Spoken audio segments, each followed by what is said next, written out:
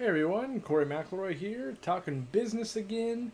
Not in the morning. I thought I'd do a little bit later, see who wanted to chime in, give some different times so different people can ask questions. Today we're going to talk about customers, maybe customer acquisition, things like that. We'll see what people have to say and what questions they want answered. But this topic stems from me not having my needs fulfilled today, and that I was at a hardware store. I go there to pick up like a whole thing of items, and they're missing like the key piece to my project, right? And I need like 6 of these things. And I'm willing to overpay to get them today to be able to film this project, and they don't have it. So I end up putting back everything, and it actually changes my opinion of the place. So it used to be I would go there because they always had what I needed in stock. Like out of all the hardware stores I could go to, they were the ones that were in stock.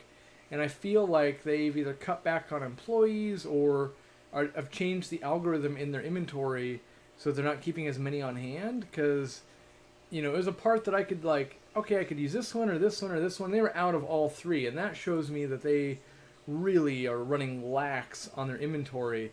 And so now I drove further. I drove by other hardware stores to get there. And I left with a very sour taste going, well, I'm not going to make that drive again. And so they basically have lost me as a customer because it was such a time wasting experience. And, it just made me or made me think about how I treat my business. And that is, I never want someone to be disappointed, and I will spend almost any amount of money to make it right. I've lost money in most scenarios. And then there's always that like fringe 5% of the customers where you want to fire them as a customer and just let them go because they're unreasonable. But a lot of people use that 5% to leverage that, well, most of the public's just being unreasonable. And the reality is the market is the market. And if you want their money, they're going to, choose whether they like you or not. And so like today, I no longer like this company. I'm not saying I'll never go back there, but it's definitely not my first choice anymore. I'm not going to drive by other stores to get there, because it's no longer saving me time. It wasted clearly like an hour and 15 minutes of my time, and that's something I can't get back. And so now, unfortunately for them, all the things they did have in stock, I'm ordering everything like on Amazon. Why? Because if I order that today and it arrives in 2 days, I'll have wasted 0 time, whereas a trip down there, not getting what I need, wasted an hour and a half. So they were going to get more money from me because I was willing to pay more to get it today, but their inventory was so bad that prevented me from doing that. And now it's training me as a customer to just cut them out of the scenario altogether and not waste time ever again. So, all right, let's see here. Let's see.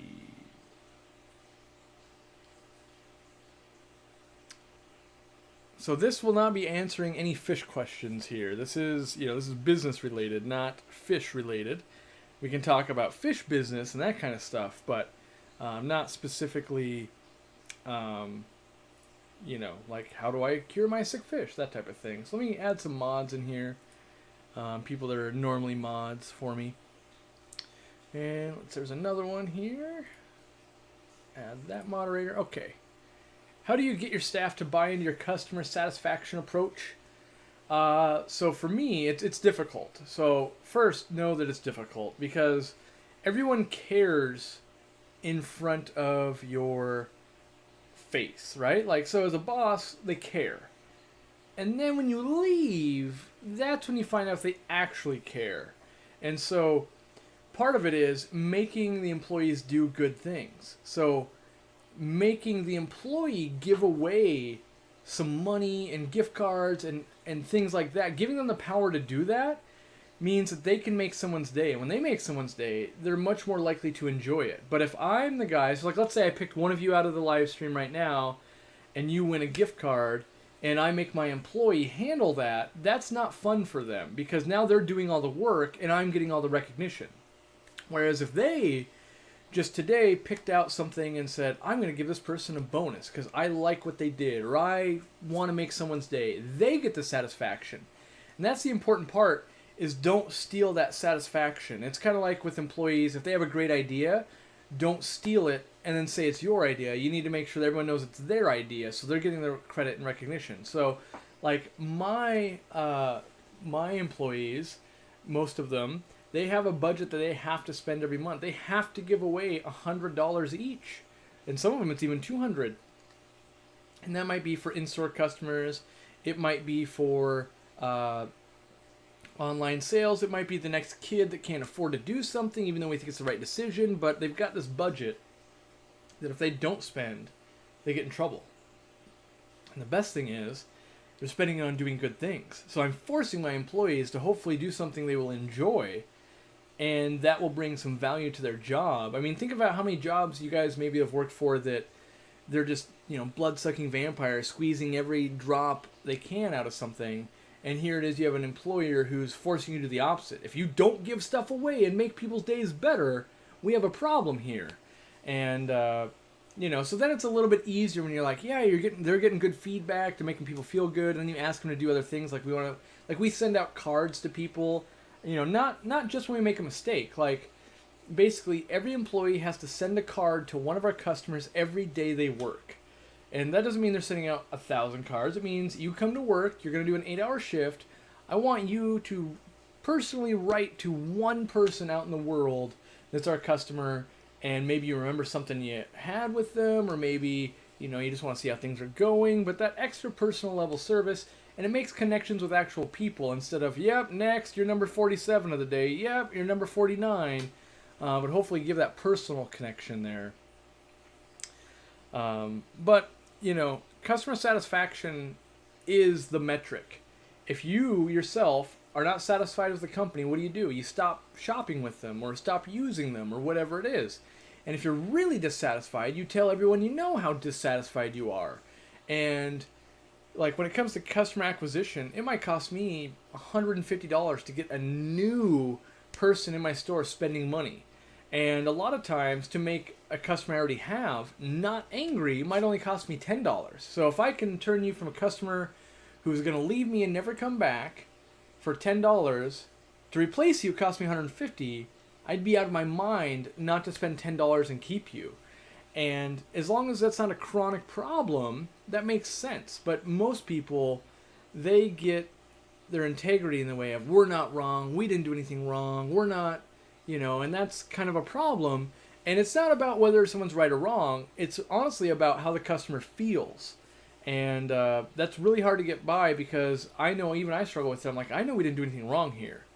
It's not whether I think we did something right or wrong. It's whether the customer thinks we're doing something right or wrong. And we just have different expectations. I mean, when those don't line up, that's where the problem comes from. So, let's see here.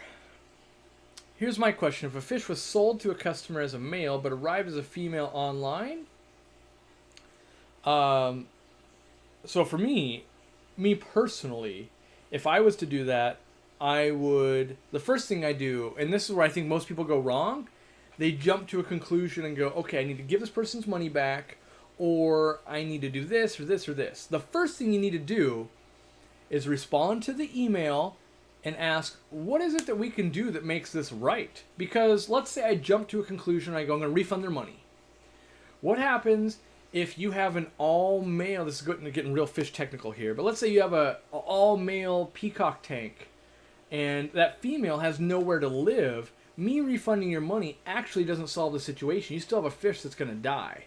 So the first thing you got to do is, well, what can we do to make this right? And maybe you say, well, I need to ship the fish back, or I'm going to have to give this away to my local fish store, whatever it is, and then I need to make it up to more than a refund. And here's why. Imagine in this situation, you're a fish keeper, you're ordering a fish, you took the day off work to receive it because it says, oh, it's going to be here Thursday afternoon, I'm going to leave work early, I'm going to sit here and wait for it, here it is, it's the wrong thing. And now if I refund your $50, you're still out the time you went to work. And so your expectations on your side, you're still dissatisfied. You didn't get what you wanted, you feel like you've wasted some time, and so that's a problem. So what I would do probably is guaranteed sending you the correct thing or refunding your money, whichever you want. And then usually I'm making it up to you with either A, here's a discount code on your next order because you wanted your money back, or B, if we're sending you something, here's the fish and some food and some stickers and a handwritten apology. That goes like that is the easiest way to impress people in this business world today. Email, everyone's getting email. But when you get something in the mail and you open it up and you go, oh my God, the owner of this company actually cares. He wrote it out in his chicken scratch. You don't even have to be good at writing, but the fact you took the time to acknowledge the mistake was made, you care about them as a customer, and you want to make it right, and you leave them your personal email to email me if this is not okay and we haven't made it up enough, you want to salvage them as a customer. And that's what it takes. And most people are going, that's so much work. And it is. Don't get me wrong. It is so much work. But how else can you compete against Amazon or any other big giant where they're just robots and automation going? You know, they're going on volume. We're going on one-on-one interaction. And so that's where we find that we can excel. Let's see here. So Ashton says, customer is not always right, but the customer is always king. You don't tell the king that they are wrong. That's very good. That's an astute interpretation of this title. And that's why I didn't say they're always right. Because it's not about whether a customer is right or wrong. That is not the issue. It's their king. They have the dollars. And you can choose not to sell to someone. And that is your own decision. But in their mind, they get to choose who's right and wrong because they have the money. And so if you're catering to the most people, you're going to give in the most amount of times. So they are king in that situation. And you should do everything you can to cater to them if you want to maintain a working business relationship. And that doesn't matter if it's, you know, business to business, business to consumer, you know, whether it's wholesaler to business, you know, all of those, they always have to work. So, yeah. A lot of bartenders have like a budget of $10 a day or something to give someone a free drink if they're a good customer, if they were disappointed for some reason. Yeah. You know, I think like if I owned a bar, which I don't, I feel like that budget should be $100 because $10 is not very much. In the term, you know, let's say an 8-hour shift or a 4-hour shift of bartending, if you limited them to just $10 that day, that's a problem. Like maybe the better thing to do is give them $1,000 a month and they can dole it out accordingly.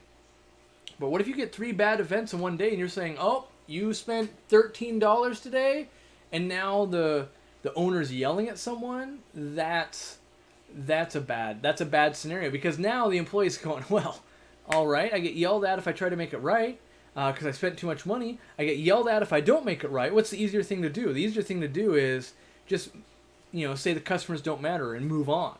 And so you want them to be guarding your brand and you don't want to make it so they can't do it. That's the biggest thing is most times, why do companies let us down? Because the employees most times don't have the authority to make it right.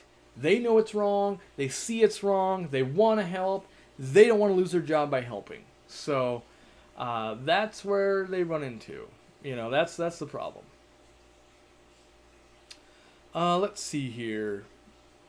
How do you steer your customers in the right direction without offending the customer? Your tank is better suited for this type of fish. You should get rid of this type of fish, that type of thing. It's hard, you know. So if someone walks in and they want a truck, and they've got 5 kids that need car seats, you gotta really, you know, reel them back into reality. And the reality is, eventually you might get to a point that says, you came to me because you value what I do in this field, whether let's say it's selling trucks. And, you know, in my professional opinion, I think a van is better suited, or at least this truck that's a king cab extended with enough seats for your family. And they're going to say, well, I can't afford that. And it's the salesman's job to try and pair needs versus wants versus what they can afford. And there are customers that, you know, just can't be catered to, but it's the job of the salesman to lead them down a path to get there. And so the one thing you don't want to start with, you don't need a truck, you need a van. You want to ask them the right question. So what do you like to do? Oh, okay, you like to pile everyone up and you like to go on vacation. Okay, all right. Well, yeah, even this feature on this van has that, and the truck, you're going into a problem. Oh, the mileage is going to be worse. How often are you hauling things in the back? Like, is it, or it's not even how often you ask, what are you hauling? Why do you need a truck? And, you might ask things like, well, have you thought about when Susie there is 6 years old and you're not lifting her up anymore? She's got to climb into this truck. And hopefully, if you're doing your job right, you lead the customer to the answer you want them to have, as opposed to telling them the answer. Because when a customer comes to a conclusion on their own, they're much more likely to make that decision. When you're forcing them to do something they don't want to do, they're much more likely to press back. And so you need to be able to tell a story and ask the probing questions for their own mind to go, what's a better idea than this truck? A van. Do you have those? If they come to you asking that question, you're done. You've already made that sale. And the same thing goes with fish. If you can, show them and do enough things to where they're going, well, what about this? Would this fish work?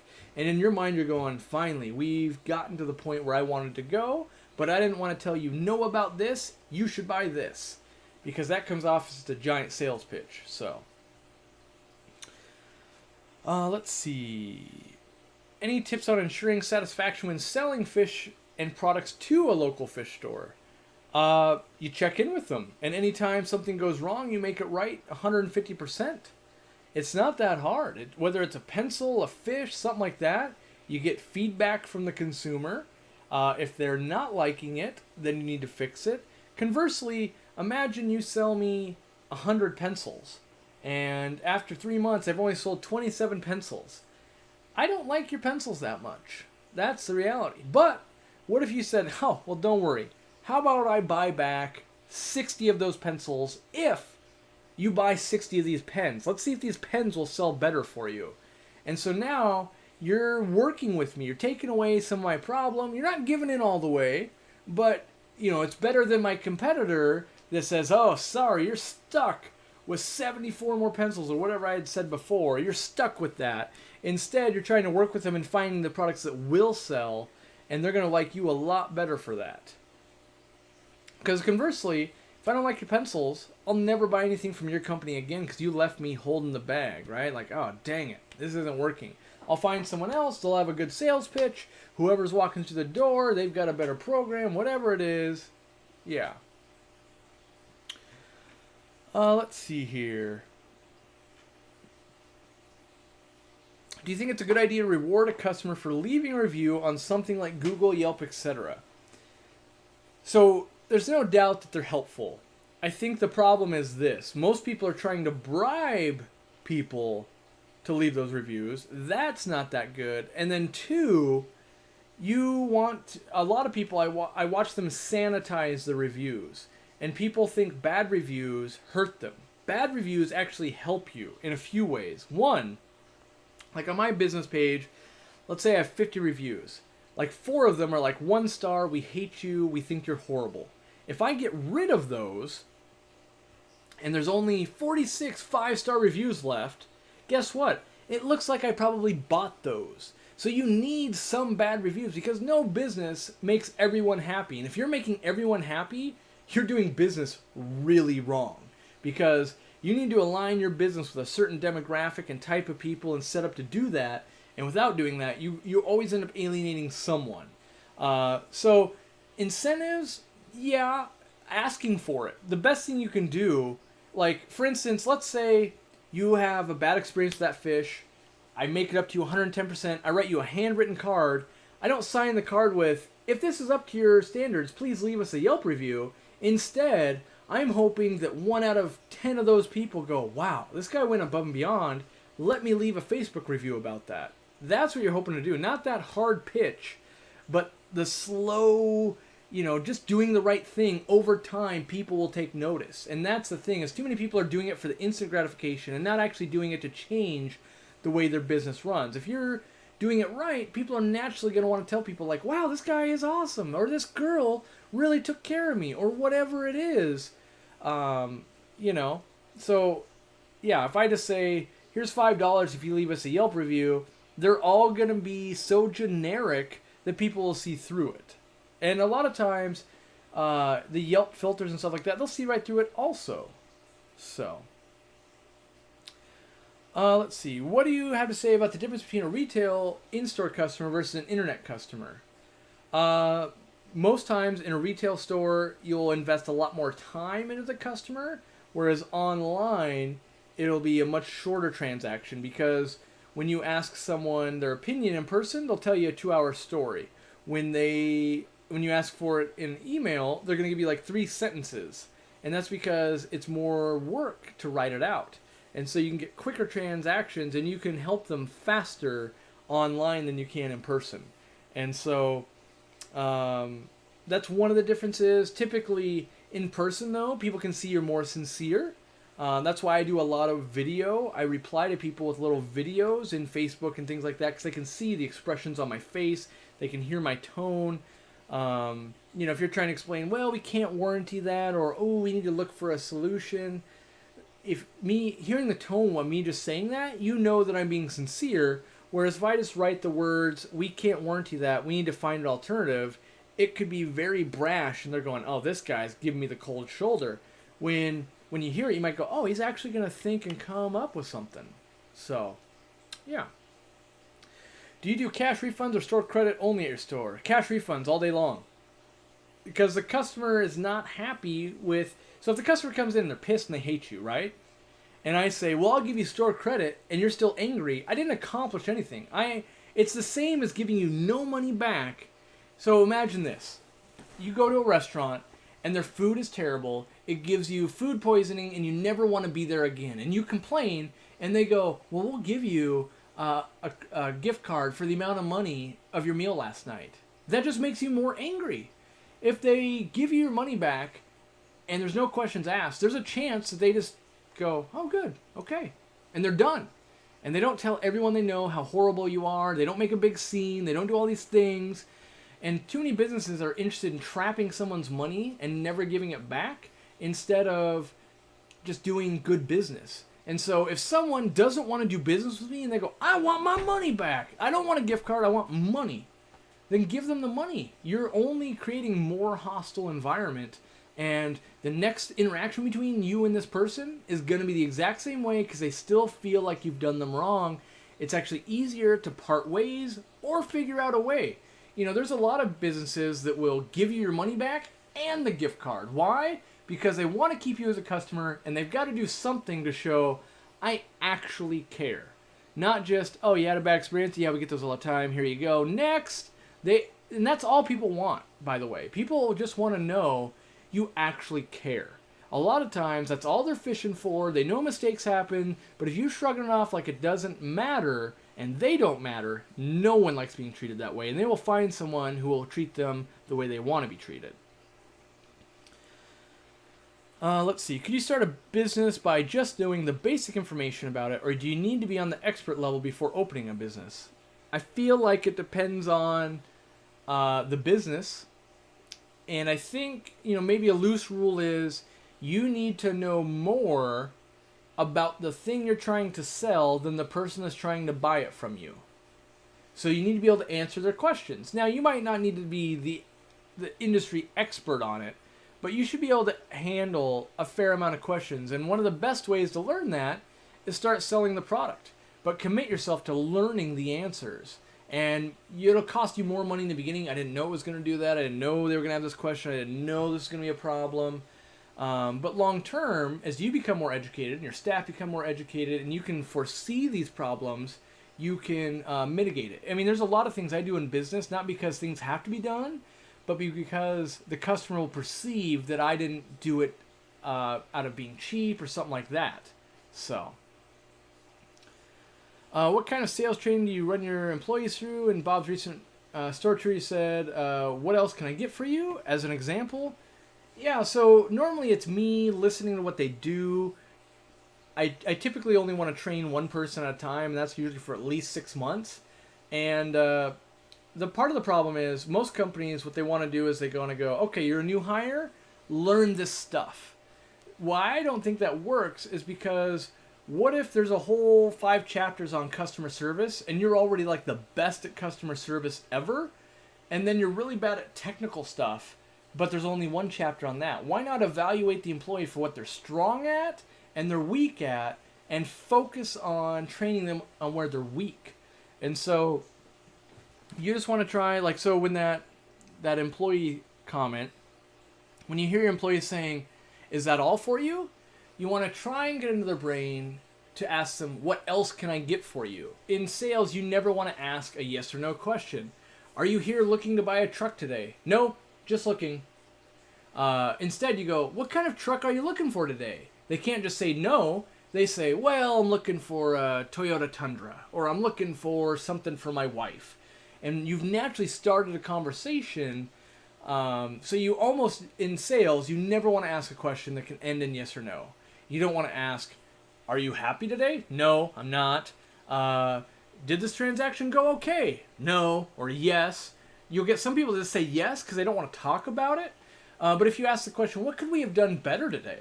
And they say, oh, no, nothing. You were great. That's fine. Or they're going to go, well, I don't like the shirt you're wearing today, Corey. Okay. And you don't have to act on that, but you can tuck that away in the back of your head going, okay. And then if all of a sudden 8 people on the week said that, maybe you do have a problem with your wardrobe. But one-on-one training, and then usually I want to show them. I want to show them how it works. I want to show them, like, watch this. I'm going to sell all this stuff that they need, and I'm going to answer more of their questions, and I'm going to get them to talk more by asking these right questions. The other sales tip, if you want a sales tip, if you can get the customer to hold an item, they're like 90% chance to buy it. Most people, if they, in their mind, if they know, like, I'm not buying that, you go to hand it to them, they won't take it from you. But it's a visual cue. If I can hand this to you and you go, oh, let me read that. Meanwhile, I'm telling you all the good things about it. Because it's in your hand, it's unlikely you're going to put it back. And if you're really good, you took it off the shelf, you put it in their hand. Meanwhile, while you're saying, oh yeah, this glass cleaner, here's why I like it. You're pulling the product to the front of the shelf. So now, for this person to put it back, they'd have to like move product and put it back. And what it does is you're conveying subliminally how much you like this product. You're so sure they like it and they want it and they need it already. Like, oh, you need this. Check this out. This is great. You've already filled the shelf. You've already made the decision. And in their mind, they're going, well, clearly I need it. This guy is 100% sure that I need this. And so you can do that every once in a while. You'll get that person like, nah, not today. But you can learn a lot about that transaction on, were they looking to purchase today? Were they actually in the market? Were they serious? Were you a bad salesman? But some of those types of things, you'll be going, wow, I turned my worst selling employee to my best selling employee with a few tactics. Now, it doesn't always work like that. Like, obviously, some bad employees and selling are just always going to be bad, but you can use some of those techniques to, and really you're just judging how the conversation, if you're having a good conversation with a customer and they become friends, you sell stuff all day long, and when you're a friend, you tell them like, oh, you don't need that. You don't need that. But then when you go, oh, but you do need this, they believe you. When you save them money, they will spend more money with you. I know that seems counterintuitive, but I tell all my employees, if they don't need something, don't sell it to them. Save them money. But then next week, when they do need something, you go, oh, yeah, you should get that. That'd be great. They go, oh, yeah, load it up. Let's do it. Let's see here. Due to cost to dial in, unless you want to fork out for the click calling, I'm reading an answer to something. Any customer service epiphanies you had yourself? Definitely. Perhaps the one time buying a Pleco 5 for closing. Yep. I've actually been escorted out of a fish store before because people wanted to close their store. That happened to me, one of my competitors, and I thought, oh, I would never do that. Showing up at a fish store and them not having a public restroom, that was like I had to have it. Parking, had to have it. Myself, here's what I learned. I learned we were getting bad Yelp reviews because Corey is angry and non-personable, and it was at the height of me being overworked and understaffed for my store. So I'd have like not enough employees, and yet I've got to get all the ordering done, I've got to get all these things done. Meanwhile, someone's just wanting to chat, like, so what do you think I should put in my 20-gallon aquarium and stuff like that? And I would be short with them. I wouldn't be mean, but I would be short. And that was being misconstrued as I don't have time for them. And the reality is I did not have time for them. And so what I had to do is I had to take myself out of the store if I wanted to get the stuff done without making customers angry. And at first I thought I just needed more staff. So I said, okay, here's 2 people on the floor and me. I'll be on the computer ordering things. People still walk up because I'm the owner. Corey, what do you think about this? And I'm going, there's 2 employees that have just been asking you if you need help, what they can answer for you. And so I actually learned that I have to be in an entirely separate room or away from the store to be able to do business things and not interact with the public because I couldn't give them the time they deserved as a customer. And it's not that I didn't want to. I wanted to do that, and I would not like that I was short with them, but that was the only solution I could find. And so I definitely had an epiphany one day when I was like, it's not that I'm bad with customers, it's that when you put me in a situation where you're not buying something, and 20 minutes from now, if I don't get that order in, I don't get it for the week, so I'm going to miss the deadline, I become a grumpy guy that's trying to meet a deadline. And so I have to find ways to make sure I don't pit customers versus deadlines, and it meant I couldn't be in the store as much. Is Super Bowl advertising, is it really worth it? If you can afford to be doing it, yes. If you can't afford to do it, no. But it is going to be one of the most watched things ever of all time. Is it worth it? Yes. Can I afford it? Nope. Can't even come close. But I'd rather be like on the Super Bowl because there are people in the world like me, like people in my family, that want to watch the Super Bowl for the commercials. They could care less who's playing in the Super Bowl. Like, think about that. Conversely, every other TV show on TV right now, skipping through the commercials. Oh man, skip.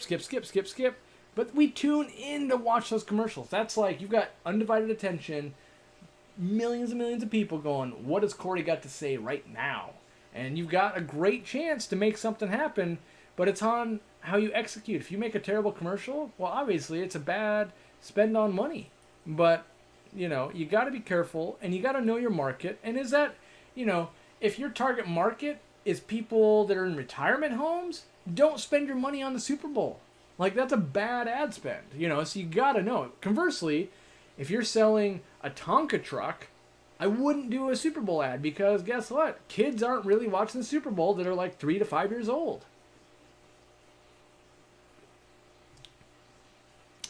Can an online at-home only business be successful without a work number, email contact only? Will that limit your customer base? You can be successful. It will limit you a bit because the customer is still always king. We get people calling in all the time that don't want to order through our website. They just don't want to do it. I don't like computers. I don't like using them. I don't know how to do it. And what happens is an employee takes down their number. We call them when we get a minute, and we go, what would you like? And we're literally standing there on our own computer ordering it for them. What's your name? What's your address? What's your credit card number? What's your, all blah, blah, blah. And we do it for them because we have 2 choices. Don't take your money or take your money. We may as well take your money. We've already had the conversation on the phone, like why we don't do that, why we don't want to do it, blah, blah, blah. We may as well get paid at this point. But I would tell you that, let's say you can do 60% of your business through email only.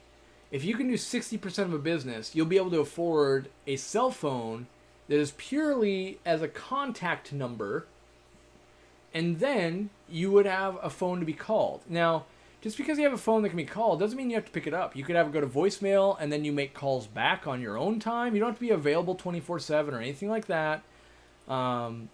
But there's different numbers like Twilio numbers, and there's Skype numbers, and there's things that you can do. But in general, it depends on your customer base. If your customer base is like 10 to 30-year-olds, like I would be angry if you called me. Literally angry. So don't call me. But someone who's, let's say, 50, 45 and up, they want to talk to someone on a phone because they want to get down to it right away. They don't want to send an email. They don't want something to get lost in cyberspace. They want to get someone on the phone. So it depends on who you're marketing to as a business and who your main clientele are. What's the most effective way of expanding your customer base? Oof. what kind of business are you in, official rustic? If you can tell me that, I can maybe think of some ways, because I think it really matters on what industry you're in. It's kind of like, what's the most effective way to gain more customers who want to buy a Ferrari versus someone that wants to drink your soda? Those are way different tactics. Like on a Ferrari, maybe I'm only advertising at like vacation spots, ski getaways, those types of things. Whereas like a soda, I'm going to be like, oh, I want like a poster up in every corner store around America or around the world. It says Corey's Energy Drinks or blah, blah, blah. Like it definitely depends on what industry you're going to be in. And so Joel says, start a YouTube channel. Maybe, but there are, I would wager that Ferrari, for instance, would not gain that much traction with the audience that can actually afford to buy a Ferrari by having a channel. Now, that being said, maybe someone wants to buy a Ferrari will watch Car and Track magazine or the show or that type of thing. But, some niches are really weird. Let's see here. Check out Google Voice for a free number. You can forward to whatever cell phone or landline. Yep. There's a lot of options there. Mostly, I just don't have time to answer those all. So we funnel everything through email, because people on the phone, they want to tell you a story for an hour and a half. In email, it's 3 minutes. So, let's see here. It's true. My wife warned a new customer off today from buying something of ours that didn't look good on her. Long-term investment in the relationship. Yeah, exactly. Because that's the thing. Here's the ultimate Yahtzee. The ultimate Yahtzee goes like this in business. You're the salesman or saleswoman, and you say, I don't think that thing is quite right for you. And they go, oh, yes, it is. It is so good. Yep, I'll take it. Then they go home, and then someone else they trust the opinion of, their father, their husband, their wife, their brother, someone that they value that opinion, then they say, yeah, I don't know, maybe that's not quite right. Instantly they go, that salesman told me that.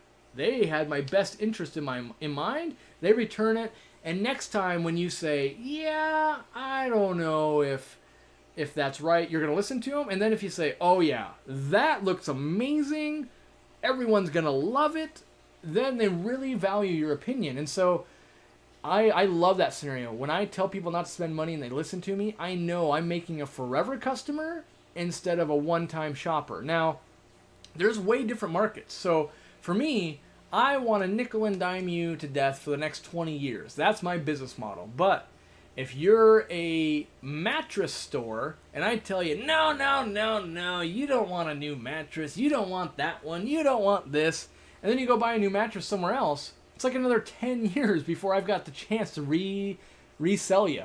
So it really does depend on, what it's going to take. So let's see here. Opinion on free shipping. I feel with Amazon Prime being so strong, it is a must for every business within reason. I agree that free shipping on dry goods is pretty much a must. What's left for debate is what price the free shipping starts. Like on my website, it's $100. I'm higher than anyone I know. But I know my profit margins and my quality make up for that. And I think my customers know that too, or I hope they do, and I hope it's being received that well. But without free shipping, it can be hard to compete. And for me, it was easy to compete on all my smaller items, the bigger items, where Amazon sells the same item as I do. We sell it for the same price, but if I charge shipping and they don't, that's a no-win situation for me every time. And so you have to factor that in on items that it makes sense on. Let's see. Erica said to the customer that she'd regret it in the long run. Selling something that is just a deal is something that ticks you off every time you see it. Right. Like in my fish industry, nothing, like, people always talk about how they got something for so cheap, and then it dies, right? And it's like, so if something dies or it's not useful to you in your life, it's the worst purchase you've ever made. If I buy a Ferrari that has been totaled and is undrivable and I only had to pay $6,000, that's a $6,000 loss for me. Whereas if I go and buy a $6,000 used Toyota, that's a great buy for me. I'll use the crud out of that thing. And so you really gotta, evaluate it, and it comes down to, is the customer happy? Whether you get paid for something or not is kind of irrelevant. If the customer's happy, you have the chance to keep doing repeat business. And that's the goal. I focus on that because my business models I'm not a mattress store, that type of thing. But even car industry relies on that. Oh, why? Because I've been buying it from this Ford dealer for the past 40 years. You want that repeat business. Let's see here. Do you consider or run any kind of customer loyalty scheme like points that can be redeemed, etc.? I've run a lot of them. I've tried a lot of them. What I find is this. What I personally have found is that the people that want to use those programs just want to get everything as cheap as possible and utilize it. The people that you really want as your customers could care less. They care about the customer service. They care about how they're treated. They care about ultimately their satisfaction, the price, that type of thing weighs in a little bit. But the fact that they got 27 free points and after 7 trips they get a free pizza, they're not as interested in that, and it's really hard to dial in a program, and think of this. How many programs are you guys active in? Not how many of you signed up for, but how many are you actively using? And so the only ones I've ever been active in is something I'm already using like every day or very frequently. Like let's say a smoothie program or a latte program. Okay, so if you're doing that all the time, if that was to go away, would you say, well, I'm not going to go to my favorite coffee place anymore because I don't get 1 out of every 10 coffees free? Probably you would just keep going. And so they're giving away profits. And instead, what if you took that loyalty program, which is kind of a bear to manage and do all these things, and just turn it into different promotions and different reasons why people want to come to you? Can I speak a little on how you're trying to optimize the customer workflow on mobile and web? So, for me personally, if it's not streamlined for the mobile phone, it's not streamlined at all. And so I only want mobile things, and there's things I still want to change and I haven't even gave time to. Like on my own website, I want the add to cart button to go, like if you scroll down on my website, I want it to always be there for you. So it's just a one click. Even if you're reading the description, you've decided, I'd like to buy that. Bink! Because if I try to scroll up and it actually goes backwards, something like that, I'm going, this website's not working, screw it, I'll order it later. And that ordering it later, you're probably not going to do it. What are some of the other things I've got going on? I'm using some things that you can use, like cart abandonment. So let's say you're on the phone, you're waiting for the bus, and you go, oh yeah, I want to order some of that Easy Green later, I want to order some of that fish food, but you don't place the order. Well, 4 hours later, it's going to send you an email, and you're going to go, oh, did I want to order that? Oh, yes, I did. And so you can optimize on non-mobile, like on mobile devices using non-mobile things. Everyone always thinks like, oh, I'm just going to make it easier to use, and you should be doing that. That is definitely true. But I want everything to render correctly. If it doesn't render right on the phone, I don't even care about the desktop. Honestly, it's like an afterthought now. So it's so easy to fix that. But if it's not working on the phone, I don't even want it. And there's lots of apps and there's lots of things that are like, oh yeah, it'll do everything on the desktop and nothing on the mobile. Nope, it's all mobile all the time, because mobile also means iPads, also means Kindles, all these things. And if you're not, basically now, anyone in their 30s, they see you have a bad mobile website, they just think you're bad. And the reality is you are bad. So you have to focus on it. Do I price match competitors? Depends on the customer. If you're a great customer of mine, yes, every time. If you're a new customer, nope. Because you don't know what we're bringing to the table. So if someone walks in and says, well, Petco has Neon Tetris for $1 and I am for $2.49, and they will only buy them if they're $1, I don't want that customer because I know I lose money at $1 on a neon tetra with the way we treat them. We've got to quarantine them. We've got to, look at them. We got to do all these things. And so, but let's say you've spent a decent amount of money with me, and one day you come in and go, Corey, I really want to buy 100 of these. And they're on sale, and I've got a quarantine tank set up, and I'm going to go do that unless you match it for me. What I will do is I'll go, look, I'm not going to make any money on this, but I will match it for you because I want to see you have the success because I care about you as a hobbyist and as my customer. But know that I can't do this all the time, but I'm willing to help you this once, basically. And usually they like that, and what will happen is they feel like a little bit guilty. Not that you're trying to make them feel guilty, but they're going to go, well, let me buy all this frozen food too. Let me, try and sweeten the pot a little bit. But someone that I don't know, that's never shopped with me before, and just wants the lowest price, my business does not focus on the lowest price. And so I need people to focus on the best quality, and then I've got something to work with. But lowest price, I in my opinion, being the lowest price, you're just in a race to the bottom.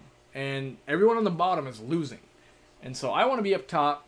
Quality, selection, having it, not running out, making it up 110%, never leaving you hanging, versus, I'd much rather have you kill 100 neon tetras and you pay $250 and I can make that right going, here, let me give you another 100.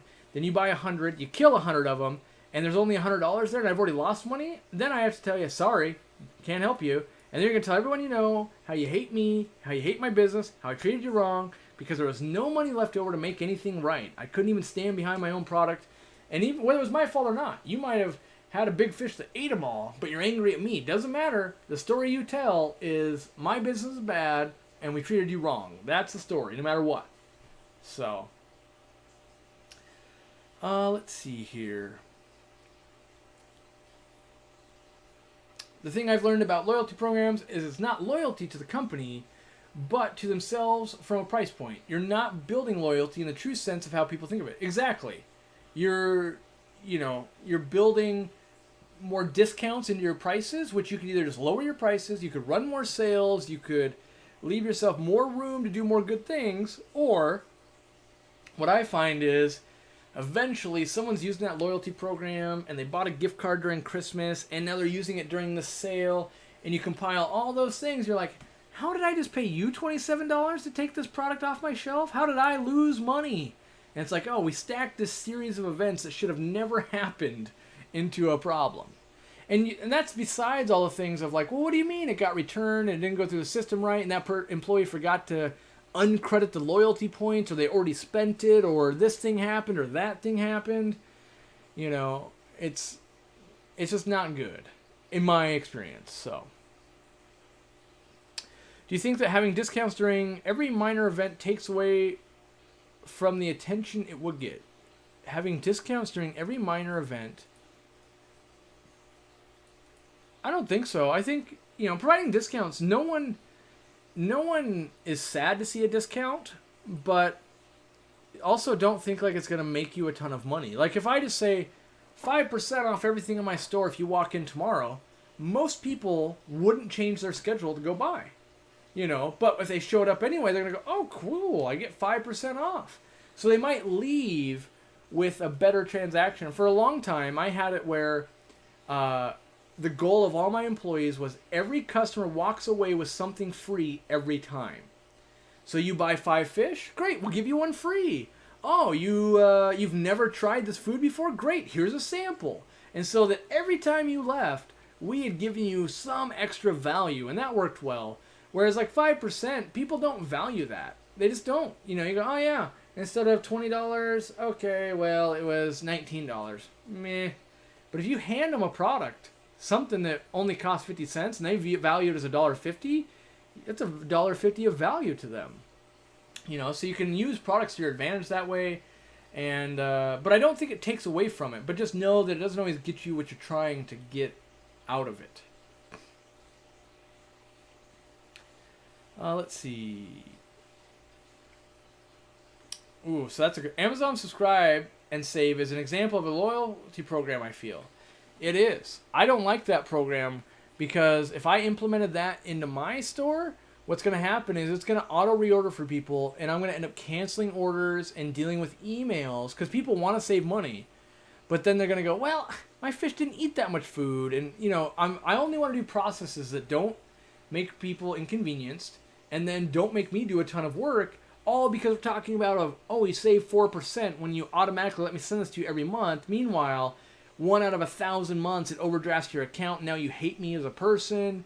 You're stacking up too much food, blah, blah, blah. Like, everyone will do anything to like squeeze extra ounces out, except for think of what the customer actually needs and wants. If everyone was like, oh man, I really need this service, I would consider it, but most people don't. And I would actually wager you lose more money by having subscribe and save, because when I have to go onto the website, like for my dogs, if I got to go, I need pee pads, I need their food, and let's give them some treats, and you know what, I have been thinking about another dog sweater. But on auto order, I have pee pads and food. That just auto ships, right? But I'm not even on the website to search and go, oh, look at this, a new product. Oh, it's a new thing. Oh, you're doing a sale. You're having a deal. And then what happens when you have subscribe and save, and then that week, that item is 10% off in your store, and they find out about it, and now they're angry going, I want my money back because it was cheaper had I not had the auto subscribe and save. How dare you, blah, blah, blah. You got to think about just like if you're a customer, and most people go, well, that's not very good. Like, I signed up to get this every week, and I don't get the deal? If anyone should be getting the deal, it's me. All right. I know when you said you started your business, you had volunteers, and it didn't work well. Since you had that experience, do you have any ideas for what would be a way to make that work better? That's a hard one. I think part of it's got to be the industry. Like, if it's an industry that normally has, like, someone has to learn a trade, let's say tattoo artist, let's maybe say journeyman electrician or plumber, maybe a mechanic. But I think in my industry, people are like, oh, it'll just be fun, right? Like, and let's say you owned a paintball store or something, and people are like, oh, I'd love to work there because I love paintball. That's way different than, oh, I want to make this my career. And so I think that's really hard. And I honestly think paying someone minimum wage is better because people know, oh, I'm getting paid. If I don't show up, I will get fired. Where if they're not getting paid, they kind of like, I can take tomorrow off. It's my grandma's birthday. I don't get paid anyway. You can't get mad at me. And the reality is you can because you're going, I was relying on you. So, yeah. I don't know if I found a good way to do it yet.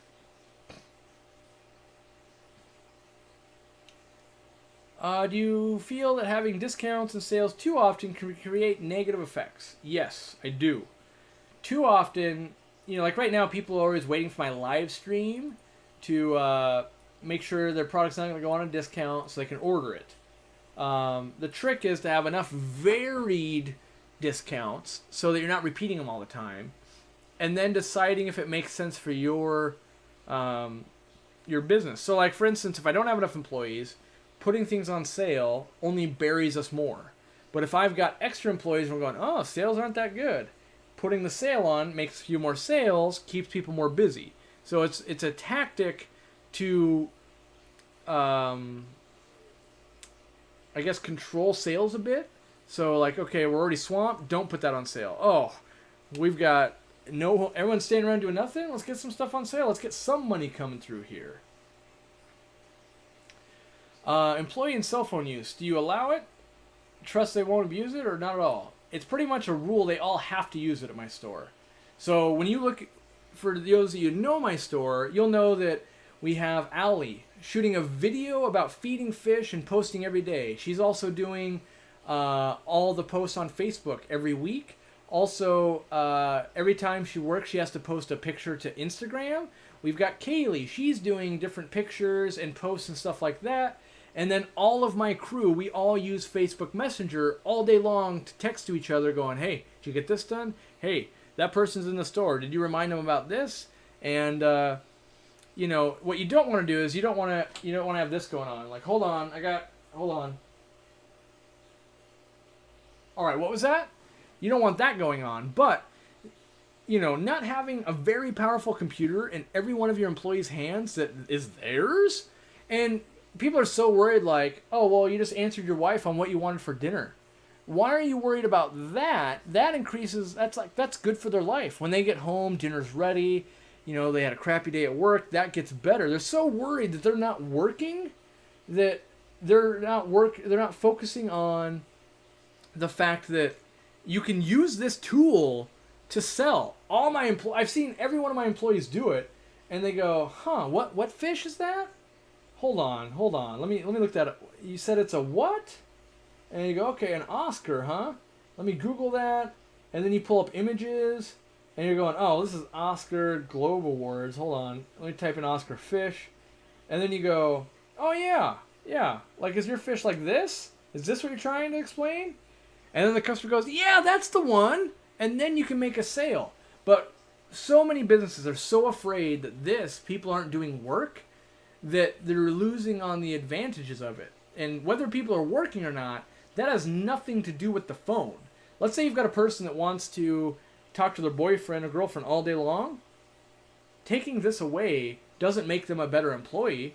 That just makes it so they're going to find something else to waste time on.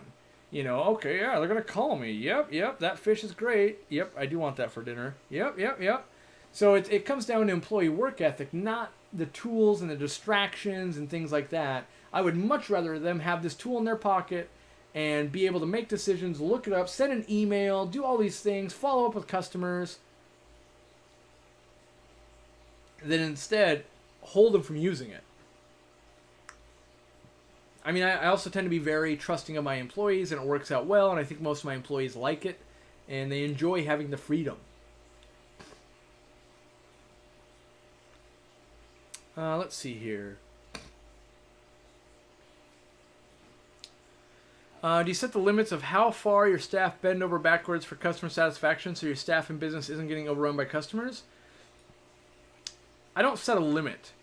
I tell them to do whatever they think needs to be done in the situation. And because we kind of craft our employees, we try to pick the people we think will do well, we haven't really had a problem. And so the thing is, people are afraid we're going to give away too much money. You also got to remember, what is the toll on your employee? So let's say I tell you, you can't give any money away. I don't, and so you just got to battle a guy for 2 hours about how they don't like this product. Then meanwhile, the whole time they're getting yelled at, and then you think they want to come into work the next day? Or you tell your employee, just give them $30 back. They walk on their merry way. The customer's semi-happy. The employee gets to forget about and work on the next customer, and they're not tied down for an hour and a half. They can go try and sell something to the next person. So no, I let them do it. There's, they can feel out, oh, this person's just trying to take advantage of our business, or, oh no, we had a good report last time. I think he or she just made a miscalculation or whatever. And then if it becomes a problem, I can step in and I can go, well, what do we got going on here? Seems like we're just giving away the farm, so to speak. And if they go, oh, well, X plus B plus C happened, oh, okay. But if it's like, oh, just a pattern, you talk with the customer and go, well, or well, not with the customer, with the employee and go, well, we might need to tighten that a little bit. And but I've never had to do that. Mostly employees, if your employees like working for you, they're really guarded about your business. They actually care. Most people just don't care because they're so limited by, they're getting paid crappy, they can't use their cell phone, they get yelled at, they didn't meet a quota, they didn't do this, they didn't do this, they didn't do that they actually don't care. And if you can make it so they actually care, you get all the benefits of someone who actually cares. And that's crazy. And most people don't get that. When hiring or looking for a long-term employee, what do you look for? When you're hiring, do you even have an idea of which employees will succeed? You can never know if they're going to succeed. You can hedge your bets. Mostly, my ideal candidate is loaded up with responsibilities. So they've got a kid, they've got a wife or a husband, they have got bills to pay, they've got a mortgage. What you don't want is someone that's like, oh yeah, I live in my mom's basement, I could take her to leave the job, or oh, my wife makes a ton of money, I just want to work with fish. Those people will never work that hard. The people that need to make money will work harder for you.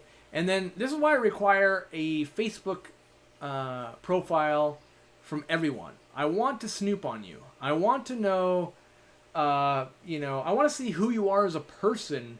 Because, yeah, I can interview you, and yep, you're going to hit all the key points. I'm a hard worker. I've never been late in 20 years of my life. I've never taken a day off. I've never gone on vacation. I grew every business I've ever been a part of into a millionfold. Blah, blah, blah, blah, blah, blah.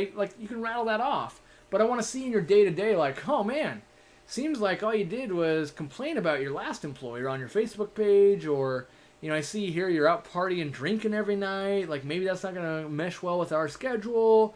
And then maybe I go, wow, look at that. They're nerding out on fish and doing that kind of stuff. So I try to get a sense of the person. I try to meet them. I try to see what their goals are. I try to get a gut feeling about them. I try to get my other employees to interact with them. And because, me as the boss, I make the decision, right? And let's say I go, this is the next best thing for Aquarium Co-op. And all my employees are going, I can't stand this person. All I'm doing is putting the wrong person into a group of people that's already working, and that's bad. So I want info, and I ask every employee, what'd you think? What'd you get? Oh, they're a little quiet. Oh, they do this. Oh, they do that. And I try to see if any of those are make or break qualities, and we go from there. And we hope that we hire the right person every time. But if you don't, you just got to let them go. It's a hard thing. So... ice cream shop near me charges 10 cents per order if a credit card is used. That is the worst thing I've ever heard of. Never, because a guy like me, I walk in and I go, how dare you? It angers me. If the ice cream costs 10 cents more, I don't bat an eye. But the fact I gotta pay 10 cents to use a credit card, I'm angry about that. Because I should not be penalized for using that when it's like the standard of business at this point. So... it angers me. Like, a lot of times I'll walk into a corner store and, it says, if you don't spend $5, a 50-cent charge, I leave without spending anything because I'm angry. One, the gas pump just spent $50 and they don't count that. That angers me. And then two, I'm already going to pay $1.25 for a candy bar that should have only been 50 cents. You're making plenty of profit here. The fact that I only wanted a candy bar and a soda and it comes to $3.72, I should not be charged 50 cents on top of the highway robbery you're already pulling off by being a convenience store. And so most times on principle, I just go, nope, you clearly don't get it. Not doing it. Walking out, you won't get any of my money. Build it into your pricing.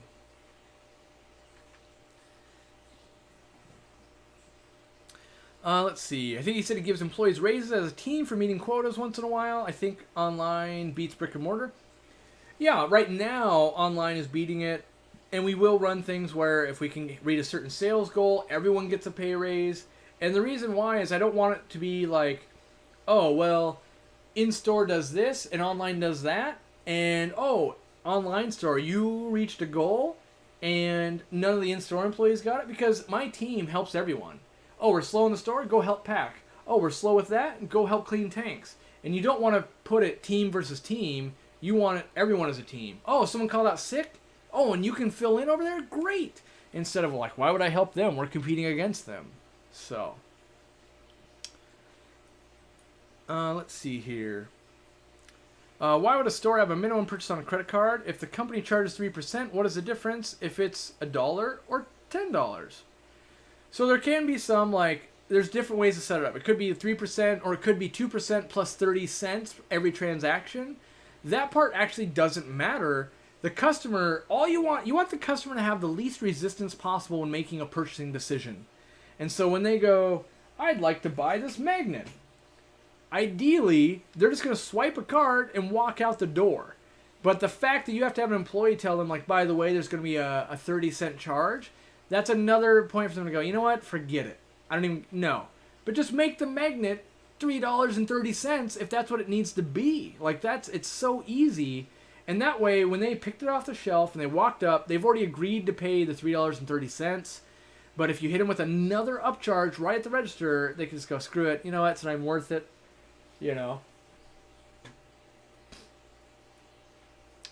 What's one of the most important lessons I've ever learned from owning a business?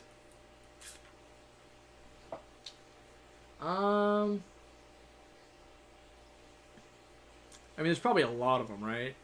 So it's hard to say, but one thing I took from another store owner that I've carried with me the whole time he said, and he went out of business, and he said, at the end, you're surrounded by all the bad decisions you made.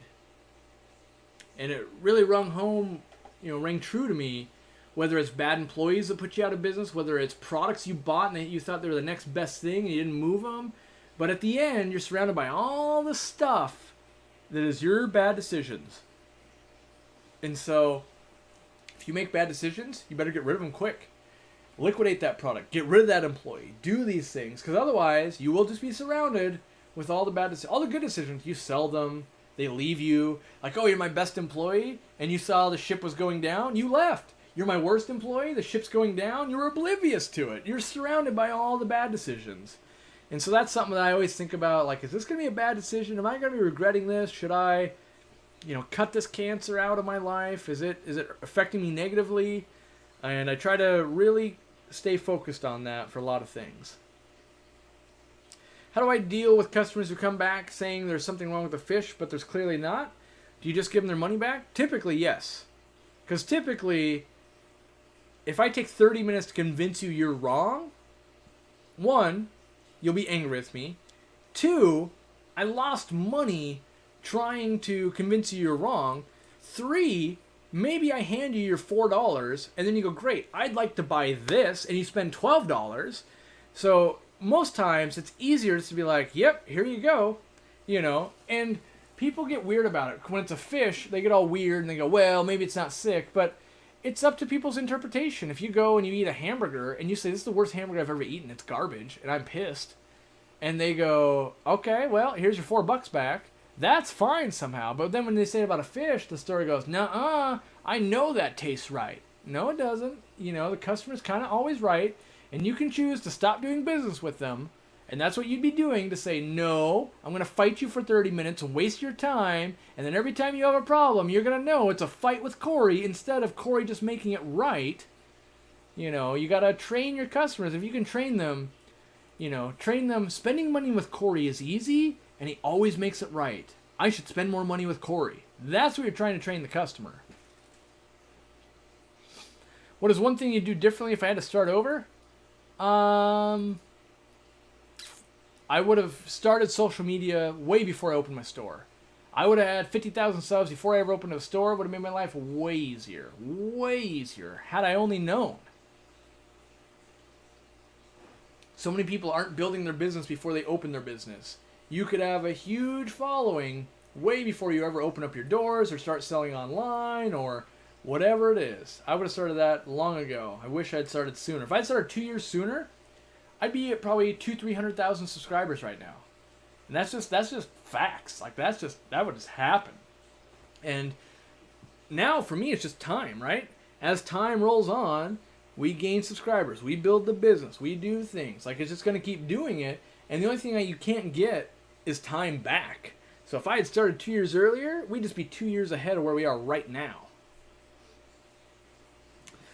What are tricks to get customers to impulse buy?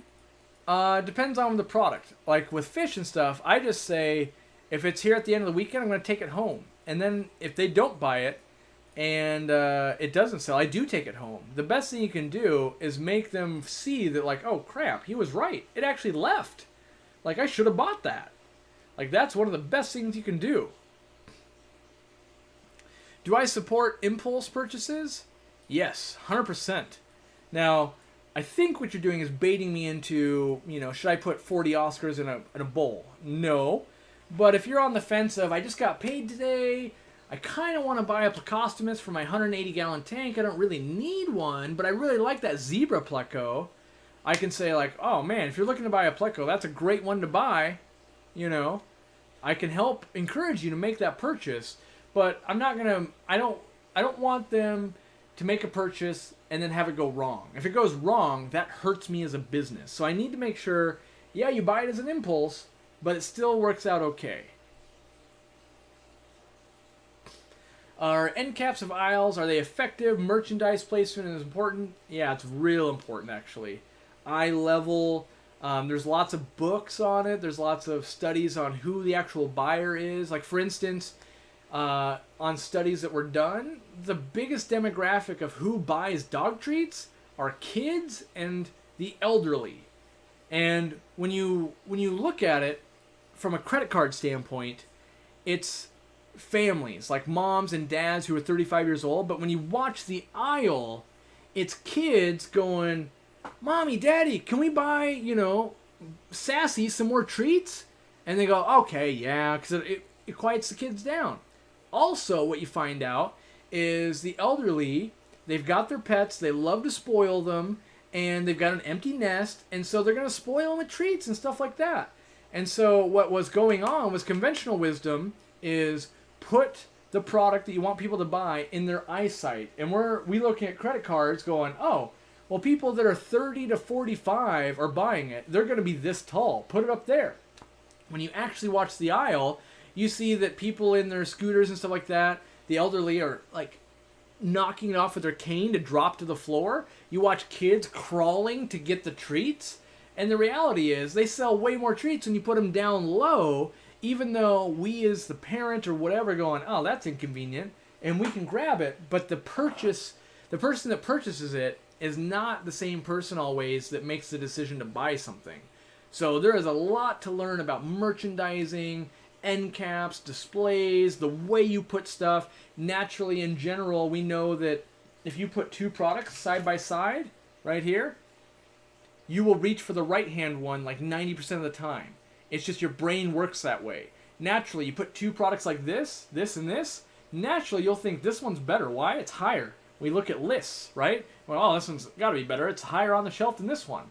So there's a lot of subliminal things, whether we think about it or not. Our brain is making choices, and they do it so fast we don't know we're making those choices. But there's a lot that goes into merchandising, and you can geek out on books and things like that for a very long time. You want, different aisleways being at 45 degrees, the way you funnel traffic through your store. There's a lot of things that go on in regards to that. Let's see here. When you first opened your store and you couldn't afford to fully stock, how did you keep customers from thinking that was all I had to offer? I didn't.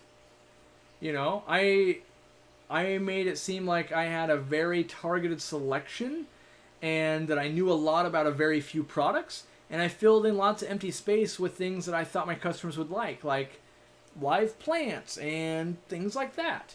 And, you can stock your store with products that are cheap. So, for instance, if I was a car business, I can have two Ferraris, and let's say that's $500,000, or I can have 10 Toyota Camrys. I'd much rather have 10 Toyota Camrys. That looks like we got more to offer than only two Ferraris. And so you can play around with that a little bit, and maybe you find like, well, I got to have one Ferrari and 5 Toyota Camrys. Like maybe that's the goal. But you got to feather it a little bit, and it's hard. It really is hard. And so really, I focused on a very narrow thing, which was only community fish, only plants, and I did it better than anyone else. And that is what, that is what allowed me to build. And when I made money, I put it back in. And so the next week when they came back, I had more things than they wanted. Or especially like if I had a customer asking like, oh, I want this product and I don't have it, I would say either A, for 100% I'll have it for you next week, or B, if they go, nah, that's all right, I would still get it for them next week if I thought my store should have it. Like, oh, I don't have that, I'm going to get it in. So that way they go, oh, look at that, I made a suggestion, Corey got it, he's moving in the right direction, he's doing things I like, I want to continue to support him. And it's hard. Most times, we as humans, we walk into a small business and we want to naturally support them. We vote for the underdog every time. It's when the underdog can't fulfill our needs or isn't willing to or within a reasonable amount of time where we got to go, well, you just can't take care of me. We want you to, though. We really want you. We would much rather support you than a big corporation where we're number 2,942 of the day. Then, oh, Mary, it's so glad to see you back. I got that item you were looking for last week. And if you don't need it, don't worry. I've got it for the next customer. But I also got these things right over here that you might like as well. And you kill them with that customer service. And you slowly build that product offering out and try to make good decisions and don't buy deep. So, you don't bring 20 of them in, you bring one. And then you go, oh, I sold that. Okay, we'll bring in 2. And you keep building it.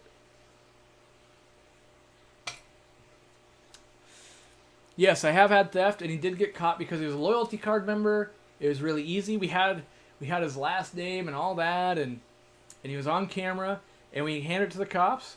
The cops walked into their car, typed in his name, go, oh, he lives 15 minutes away. We're going there. They drove there and got him. Like, you know, criminals aren't always the smartest, right? Because he wanted his loyalty points, you know, and that's just the way it went. What would I consider the perfect size for a local fish store? I've seen some with 100 10 gallons and some with 20 55s. I think it depends on, this is not even just for fish. It depends on what you're going to sell.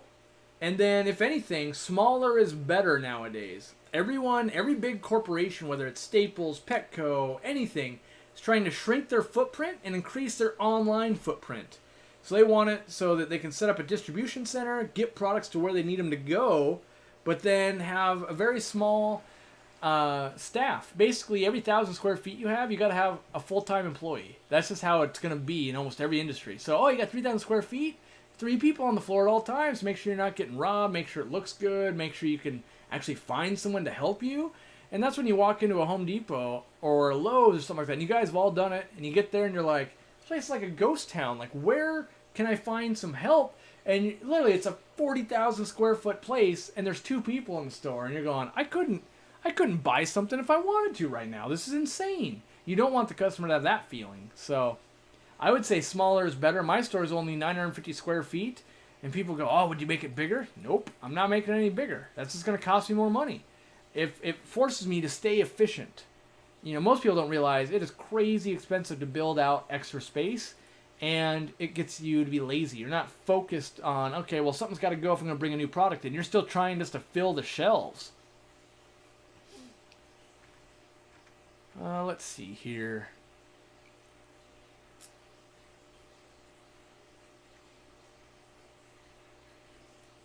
Do you think the layout of your store influences customers' decisions on buying something or not buying something? So in my store, yes.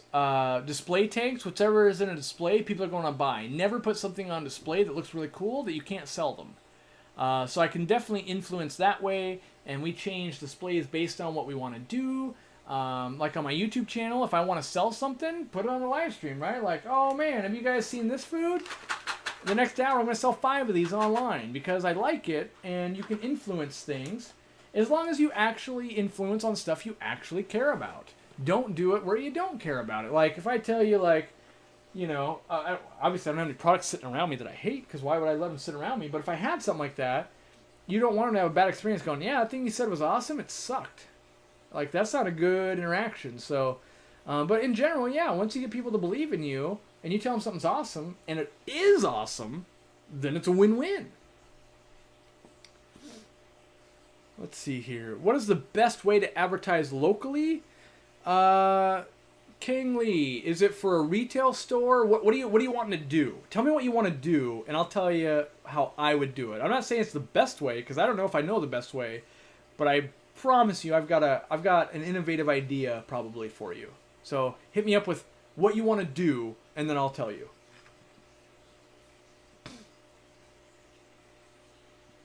Credit cards are easy these days, but IMO a necessity to any business. Yes. In fact, I've considered going credit card only at my store. Most places are trying to go cash only.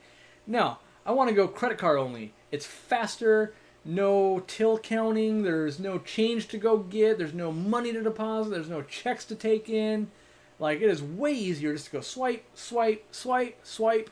And especially, like, my software, like, if you make an account online and you use a credit card and we associate that once, every purchase from then on is going to go to that.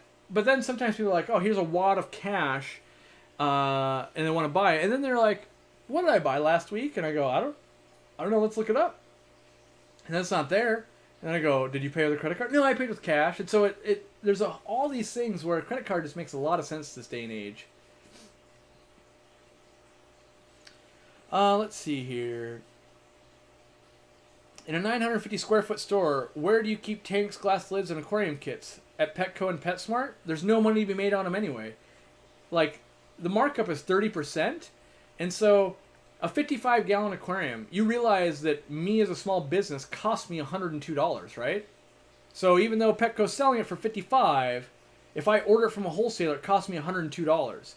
It's actually cheaper for me to go buy it from a Petco. And so what I do is I don't waste any space storing that. Instead, I go down the street, go buy that 55-gallon, and come back to me. I'll sell you everything else at a great price with reliable quality, and it'll be awesome. But if you buy your glass lid and all your fish and your heater and all that kind of stuff from them, all that is marked up to make up for that offset. And so everyone loves to get romantic about, I've got to provide it all, I've got to do all these things, the total meal deal. The reality is you probably can't. Like, why do you want to store more stuff that doesn't sell? That's the reality.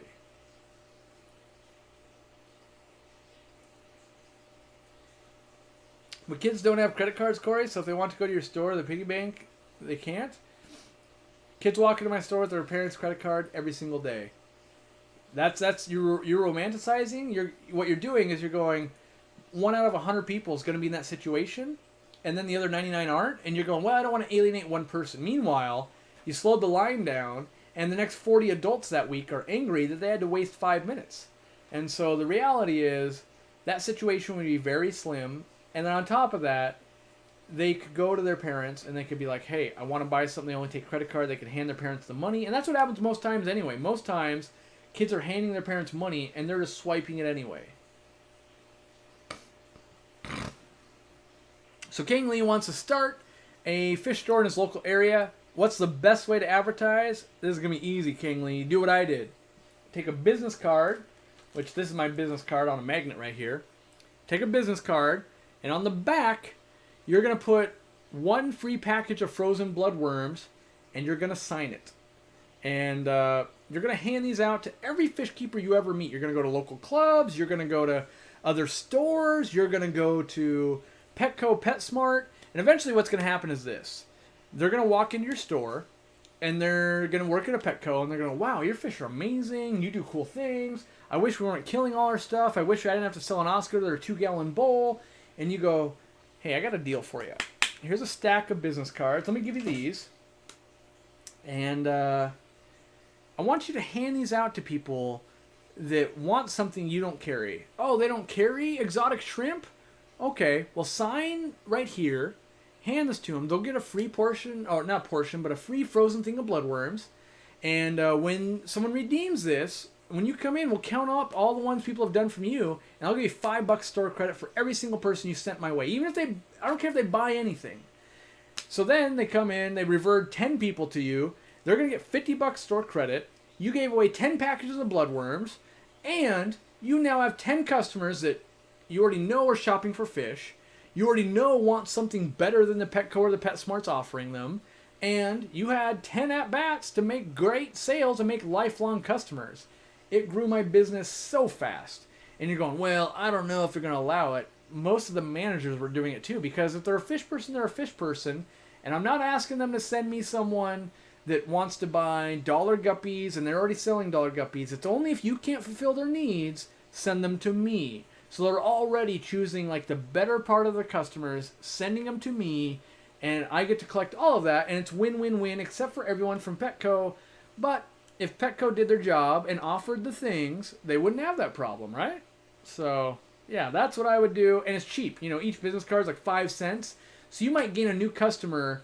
Let's say retail value of bloodworms is $5. You gave $5 store credit and the cost of a business card. You're into it for $10.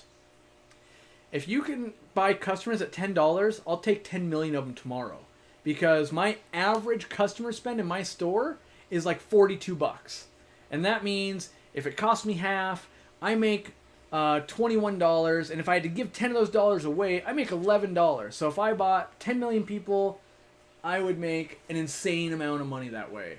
So that's what I would do. Let's see here. Would you be allowed to buy tanks at a PetSmart and resell them in your store just to have that option, or would the manufacturer have a problem with this? No, I do it all the time. I would, in fact, see, here's what people don't understand. Business doesn't care. They just want to sell crap.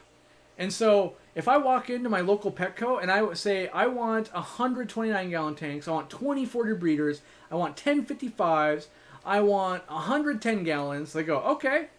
And then they literally ask me this, would you like the semi just to deliver it to your store? That way we don't have to unload them and then load them back up and then you unload them again. They literally will just have the semi drop, because what does corporate America care about? They care about that their store manager got this amount of sales, they got their bonus, and they didn't get yelled at. That's the thing is, as a small business, we're competing against corporate America. Corporate America only cares about the next quarter's profits to the shareholders, not that, that's a horrible business practice, right? Just to sell their stuff to our competitor. They don't focus on that because all they know is, I sell more stuff, I get a raise, I don't get fired, my boss loves me. They don't need to know that we're selling all these tanks directly to our competitor or whatever it is. They're happy to move stuff. Trust me. Whew. Meanwhile, by the way, if you're going to do that, buy all your gift cards online. So go buy them on eBay at like up to 30% off in the off season. Then make sure you're a Pet Rewards program member so you get 5% off every $100 you spend. And then make sure you buy those those gift cards with your 2% reward credit card, and you can get stuff to where you're really paying pennies on the dollar to sell those aquariums. That being said, you still gotta have a place to store them, and people don't buy that many aquariums. That's just the truth. How would you keep customers happy that needed your services right now, but you're unable to help them for at least a week due to your busy schedule? That's a hard thing. What business are you in, Christina? Because there's some things like if you're a doctor and someone's gonna die, there's no way you can put that off. But the trick is this: you have to make them think that you actually care. And I'm not saying that you don't care, but you have to make them believe that you're gonna make a sacrifice for them. So maybe you're booked up and you can't do it till, the next best day is like the following Thursday. But if you really worked it in, maybe you could stop by for 30 minutes on Monday and diagnose the situation. That alone would show that you care, and then you can finish the work on a Thursday. But it really does depend on the business you're in. But in general, people just want to know that you care. If you care about them as a customer, and they believe that you are the right person for the job, they're usually willing to wait a few more days. It's like hiring an employee. Oh, you can't start for a month, but you think they're going to be the best employee you've ever had? You wait. But if they're already like, I don't know, they're not even that good. Oh, they can't start tomorrow? Next. So, yeah. Let's see here. I'm probably going to go... How long have we been going? I feel like I rant a lot on these, but... Yeah. What other questions we got? How many people are watching this? Does anyone even care? Peak People 66. All right, tight-knit group. I like that. Is it possible to keep a local fish store alive without offering tank maintenance service? I don't do it because I want to dominate the hobby. So I don't offer tank maintenance service because I think it's a bad decision for every fish store out there. And you're going, every fish store does it. I think most fish stores are really bad because you're either focused on growing a maintenance business or you're focused on growing a retail business. Which one is it? And you're going to go, well, I can do both. Oh, yeah? Because I travel the country, and every business I see doing maintenance and being open the store is not taking their best employees and focusing on one thing. You've got good people over here, you got good people over there, they're late getting to the store, they're using up product out of the store, they're doing this or doing that. And really, you could be laser beam focused on one thing and make it work. And a lot of times, I watch a store that's only open because they get money from the maintenance, and they're a terrible retail store. And really, they should just be a maintenance account, a maintenance company. But they're doing both things, trying to keep their dream alive. And there is no way I will do maintenance and retail. That's just, no, that's going to distract me from winning. Whew. Yeah, that would be a good thing. Subscribe if you haven't already. Put the notification bell if you guys want to see this kind of stuff, because there's no set schedule or anything like that. It's kind of when I want to do it, what inspires me, because I don't want to take away from my main channel, which I have a channel about fish, obviously. What What do you think about starting up a business from home first or get a storefront right away? No way. Do it from home. Do it from home. You can get so much done doing it from home, build your online business model, build your brand, do all those things, and then you can take it to retail, but the retail is only going to open you up to some extra vendors. That's the only difference, really. That's really the only difference. A lot of people get in this romantic thing of like, if I build it, they will come. The reality is build an online business in your basement, make a ton of money, and then realize, if you do that, you'll realize, I'm not opening retail. That'd be a horrible mistake. Yeah, do it online. Because if you can't hack it online, you're not going to hack it in retail. So if you're crazy successful online, you'll do okay at retail. If you're not successful at online, you'll be horrible at retail.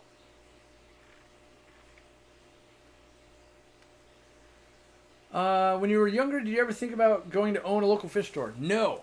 I've only been into aquatics for like 12 or 13 years. So I didn't get into it till I was like 21. So when I was younger, not even on the radar. No way.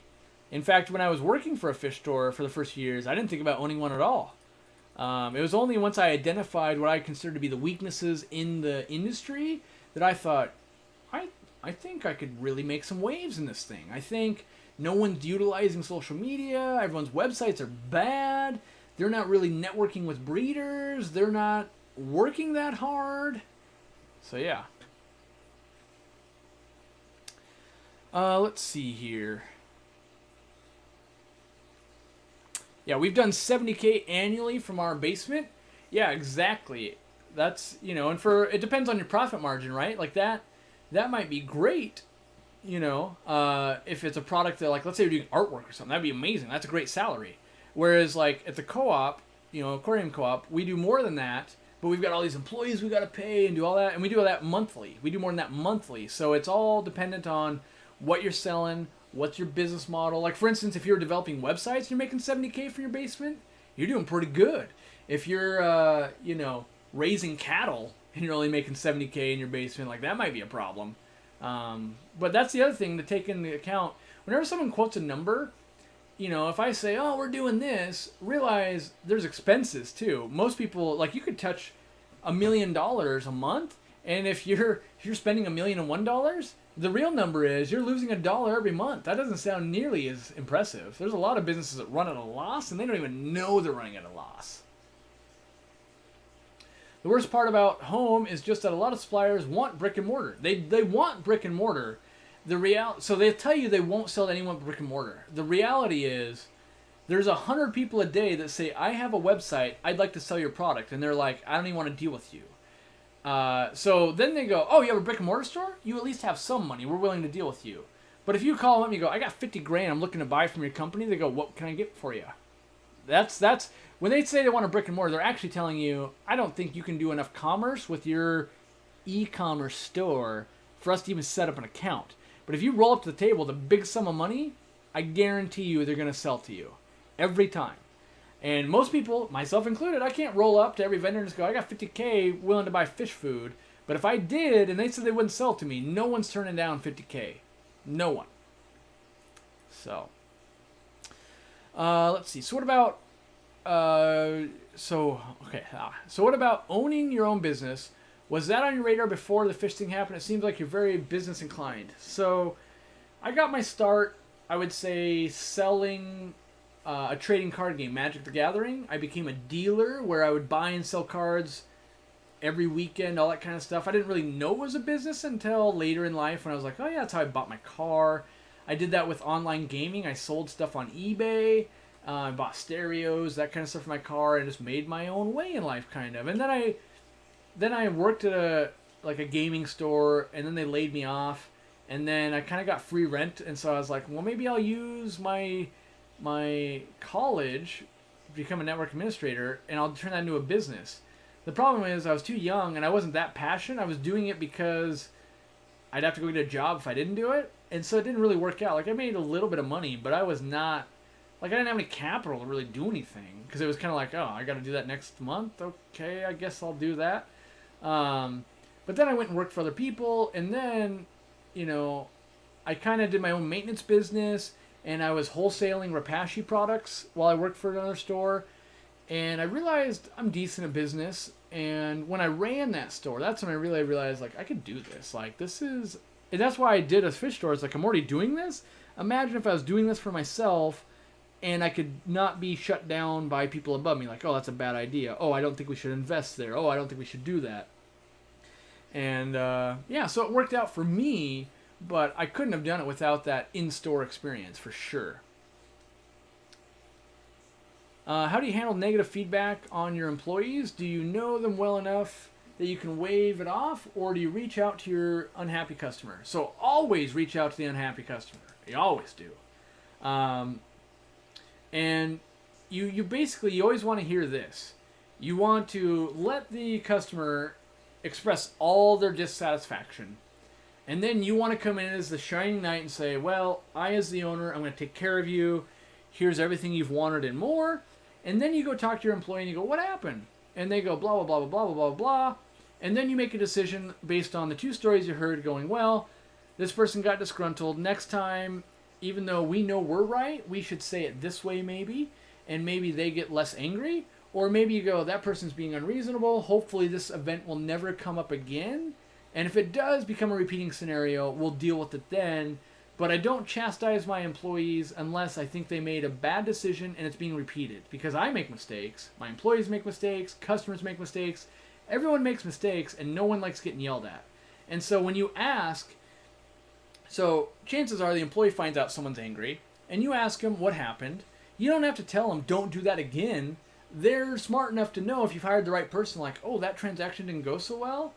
Let me think about why that didn't go so well, and I'll avoid that in the future. You don't need to spell it out like, if this happens again, I'm going to fire you, or this can't continue to happen. If you're doing that with your employees, it's probably a reason that maybe they shouldn't be working there, and it's not, I always fault myself. If something is recurring and it's a problem, it happens over and over and over and over again, I go, what have I not done as an owner to prevent this? Is it the way we sell is wrong? Is it the thing we're selling that's wrong? Is it the employee that's wrong? Is it my process that's wrong? But if it keeps repeating, I fault myself for that. Because I could fire someone, I could hire someone else, I could put someone in a different department, I could choose not to sell that product, I could create a care sheet or something like that. It's my job to figure out why things aren't working. Like, I gotta go, oh, that part's wrong, hold on, let me make this part, plug it right back in, look, it's working again. So that's my job. How important do you think logo and name of your brand are? I think they're not important at all. I think I could have just as easily been Corey's Aquariums or whatever. I thought they were really important in the beginning. Hindsight's 2020, not important at all. If you look at big YouTube channels, they can change their name, they can be other things, and people buy from people. You can dupe people into going, oh, well, I just bought bestfishfoodintheworld.com's food. But if it's good, great. If it's not, you get found out real quick. And so whether it's Corey's Aquariums.com that's got the best fish food, or Aquarium Co-op, or bestfishfoods.com, it's all about the customer experience. Wow, Corey, don't you get tired of streaming after another stream? By the way, when you start giving discount coupons, when did I? Before I even opened my store, I gave those like vouchers out. I wanted them to come in and come see the store. So I can stream for a long time because being a gamer at one point, sadly enough, to be a competitive gamer, I had to play 22 hours a day for months on end. I was battling other people, and I'm a guy that's a nomad. I want to do it myself, so I was battling against someone where it was a team of people. And they could do shifts like, oh yeah, they'll each put in 10 or 11 hours. I had to put in 22 hours. Do I offer sick time? No, I don't. I'm the worst employer ever. And it's my own hang up. I don't believe I should pay people for being sick. I believe that I should pay them enough that they can just take a day off. So it's kind of the same thing, right? If I pay you $10 an hour and give you 2 sick days a year or whatever it is, or I just pay you $15 an hour but no sick days, and you want to take those days off, you're actually better off making $15 an hour. And it's kind of the same thing with paid vacation and stuff like that. Like, I would rather, because I know plenty of people, myself included, I don't want a paid vacation. I want to just work. And I'd much rather you just pay me more money and me not take time off And I get it. I'm a workaholic, and there's studies that say it's bad for me and stuff like that. But if I just give you the raw money, you have the power to use it however you'd like. It doesn't do you any good. Like, oh, you get 4 weeks paid vacation. By the way, your house is going to go into foreclosure. Too bad you couldn't have had 4 weeks. One extra month-long paycheck might have kept your house out of foreclosure. So I try to just give more money to people as opposed to, well, you're going to get this many days off. I mean, there are times when I'm like, hey, you did a great job. I know your birthday's coming up. It's paid. Take the day off. We'll cover you. Don't worry about it. I'll send people home early. We'll pay them for the whole time. Yeah, it's, I'm not that worried. I care about the person. And, what I find is people use sick time to take advantage of you. So they go, well, I have 6 days that I basically get to call in and ruin the day for all my other employees. If you take that away, at least they'll schedule it. They'll go, oh, well, yeah, next Monday I'd like that off. And you go, oh, great, let me line some people up. We'll do that. But if you make it paid, all this, because we all have worked with people. They're like, so I get how many sick days and how many vacation days? Great. Every week I would like a 3-day vacation. Till the end of time. I don't want to take them off all at once. I just want 3-day vacations. And you're going, yeah, but that really puts everyone in a jam. What about someone else that wants to take a whole week-long vacation and stuff like that? And so the easiest way for me is to give people more money. Another way of looking at the sick pay is embedded in higher hour rate than when it's paid. Yeah, exactly. You can, the tricky part is when people come into work sick. Yes, I've had this discussion with lots of people. Most people that will come into work sick, they come into work sick anyway because they've used their sick days for days off to go to the beach or use an extra long weekend or they drank late that last night. Very few people, and I'm going to say like 20% of people, save their sick time for when they're actually sick. Most time, they're using it as vacation days and things like that. And so then they go, oh, well, I'm out of vacation for the year. I got 3 months left, and I've got the flu. My option is get fired or go to work. I'm going to go to work. Or let's say you just pay them a lot of money, and there's unlimited amount of time off, but you're not going to pay them for that time off. And they go, I got the flu. I don't want to come in for the next 3 days. And you go, great, let me schedule people up. But meanwhile, you can take that money that you were going to pay and offer it to the other employees and get them overtime and make things happen, as opposed to, oh yeah, so we did, you magically got sick the day after Christmas when we have 500 packages to go out and you're just too sick to work that day. That happens all the time. So, I might be a dictator in that aspect and then like the best boss in other aspects, but really, for me, it's real simple. You're either on Team Aquarium Co-op or you're off.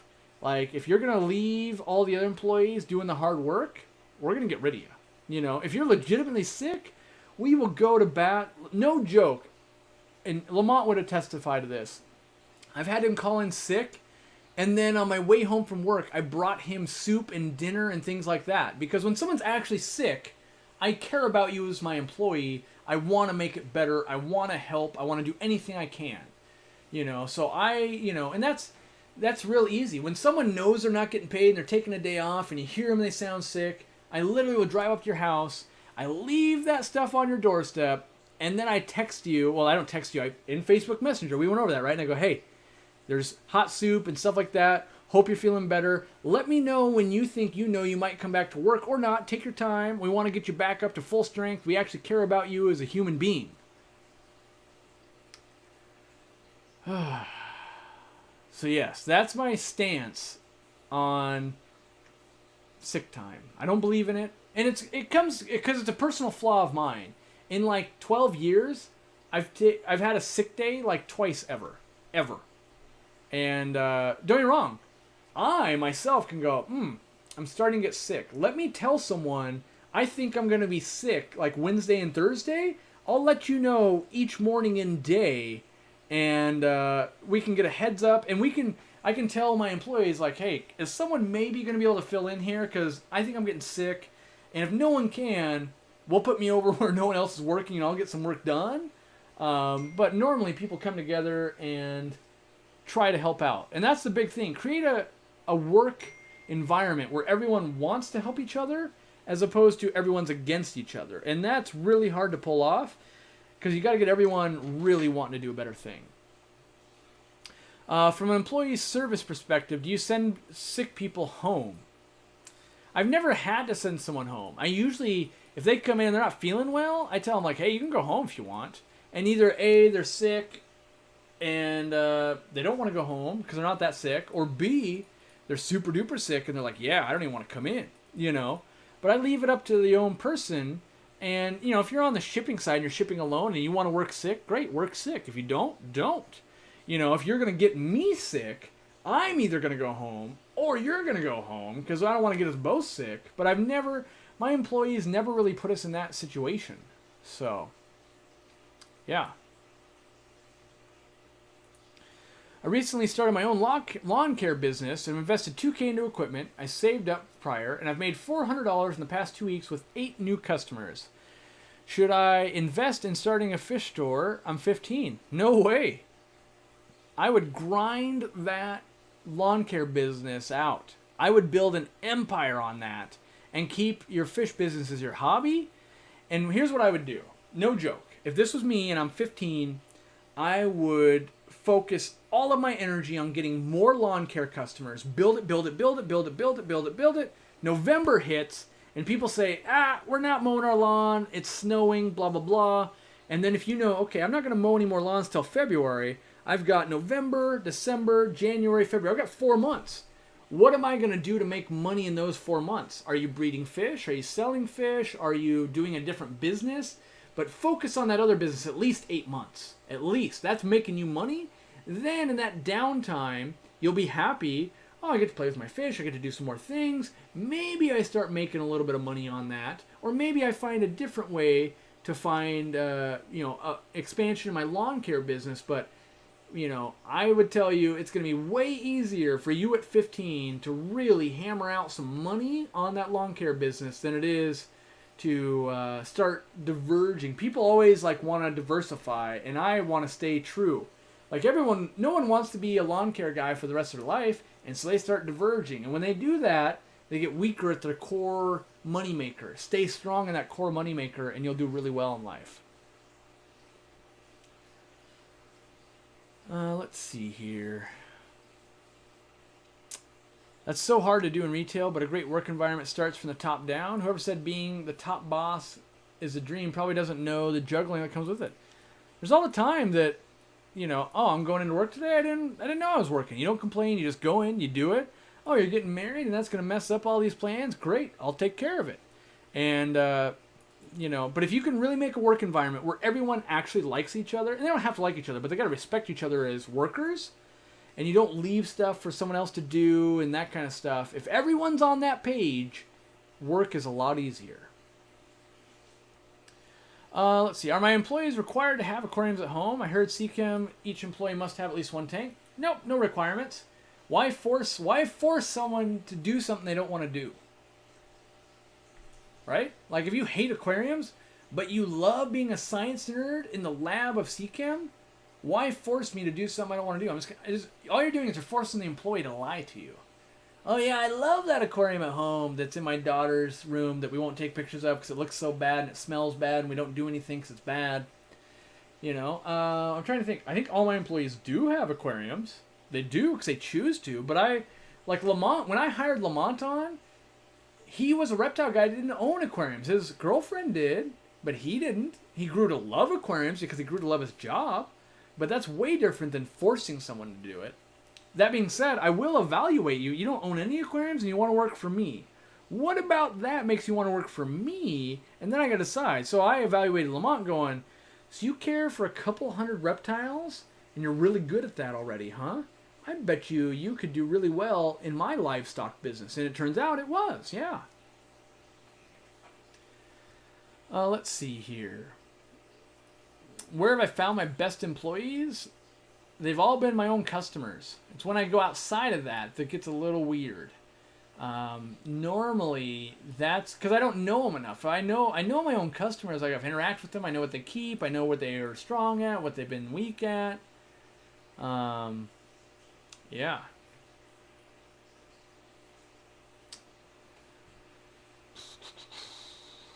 Yeah. Oh, here's a good point. So, Only Experience says, you guys are the first people to take me seriously besides my mom. Thanks, me, Kayla, Joel. The thing is this, everyone loves to crap on someone else's party. Like, you're not going to make any money. No one retires off becoming a lawn care business because they don't want to do it. When you don't like something, you negatively think about it. I don't like that kind of food. I don't like that. I don't like that. And so naturally you're going to think, oh, there's no money to be made, blah, blah, blah, whatever. The reality is the proof is in the pudding. If your financials show you that you're profiting, like whoever said, I'm going to be a honey bucket maintenance company. I'm going to go around and I'm going to clean porta potties. Who said, like, you know what? That guy's going to be rich. Look at that. He's cleaning up human waste. No one. And then he does, and then everyone around him magically goes, I knew he could do it. I was his best friend. I helped him start that company. Yeah, I thought it was a great idea. No one thinks it's a good idea at the beginning because no one wants to join a losing team. Everyone likes to join a winning team. And so at the beginning, it's you and your work ethic, and no one knows your work ethic besides you. And sometimes you don't even know. I didn't know I was willing to work this hard until I got here. I thought I worked hard, and then I realized I wasn't even working hard compared to now. So Ashton Fitzgerald says, my dog trainers must own a dog. So I have a question for you. Let's say I personally had trained dogs and kept dogs for the last 30 years of my life.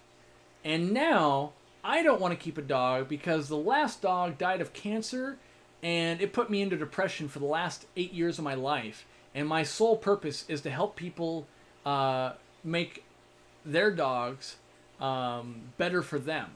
If you had heard that exact scenario and you saw my track record and everything and I only wanted $12 an hour, would you turn me down or would you bend that rule? I would bend that rule every time. I would not force them to do something they don't want to do because if it put them back into a depression, it wouldn't be good. Now, I do get it that you're going, well, most people that would be qualified for this job would need to have a dog. I agree. Just like most people from my business should have an aquarium. But I think there are always sets of circumstances where it's like, no, that completely makes sense. I get it. I get why you don't own that. So I'm always apprehensive about having steadfast rules. Like, well, like for instance, what if your dog let's take that same person we just described, and let's say they had a special needs cat that dogs would torment, but they're still the best dog trainer on the planet, but they don't want to hinder the life of their other animal. I would reward that compassion even more. I'd be like, I love what you're doing, because clearly if you're this passionate about dogs and you don't own a dog because you are taking care of that cat, I respect that, and I think that will transfer into your compassion with our customers. So I think there's always things to evaluate outside of you didn't meet this requirement that I demand if the story and the person and all those things make sense. All right. Whew. How many employees do I have? I don't even know. So if we count me, so I've got me, I've got Kaylee, Allie, Robert, Russ, Sam, my bookkeeper, and my brain doesn't work, and my tax accountant. That's 8, and then we just hired on Justin. That makes 9. I guess there's like 9 people. I feel horrible right now if I forgot one of my employees. I mean, you can almost count my wife too. She's in on the live streams and that kind of stuff. But like a solid 9 people. They're not all like full-time employees, but a lot of them are. Yeah. Let's see here. E-littles, don't look for the excuse. Just work. If you need external motivation, you're not doing what you love, or you're taking life for granted. I don't believe that statement. I think you are making excuses, but I could just as easily work really hard on someone else's business if they paid me $1 million a year. Because I love money, and I love what I'd be able to do in my off time. So I don't agree that you have to love what you're doing. I think the rewards have to outweigh what's wrong with it. So if money allows me to spend 6 months of my life anywhere else in the world and do whatever I want, I'm probably willing to do a horrible job. But if I get to do what I love, and I don't get to go anywhere I want in my life, but I value doing what I love, and that makes me happy, then it's worth it. So you see how those two things are polar opposite, and yet I probably get about the same amount of enjoyment out of it. And I think what we do is we convince everyone that you need to find something you love and do that forever and get a good quality life. Not everyone's going to be able to do that. That's just the reality. Because most people, you don't know what you want to do in high school. You don't want to know what you do in college. You don't want to do it after. You can keep striking out and going, well, I know I don't want to do that. I know I don't want to do that. I know I don't want to do that.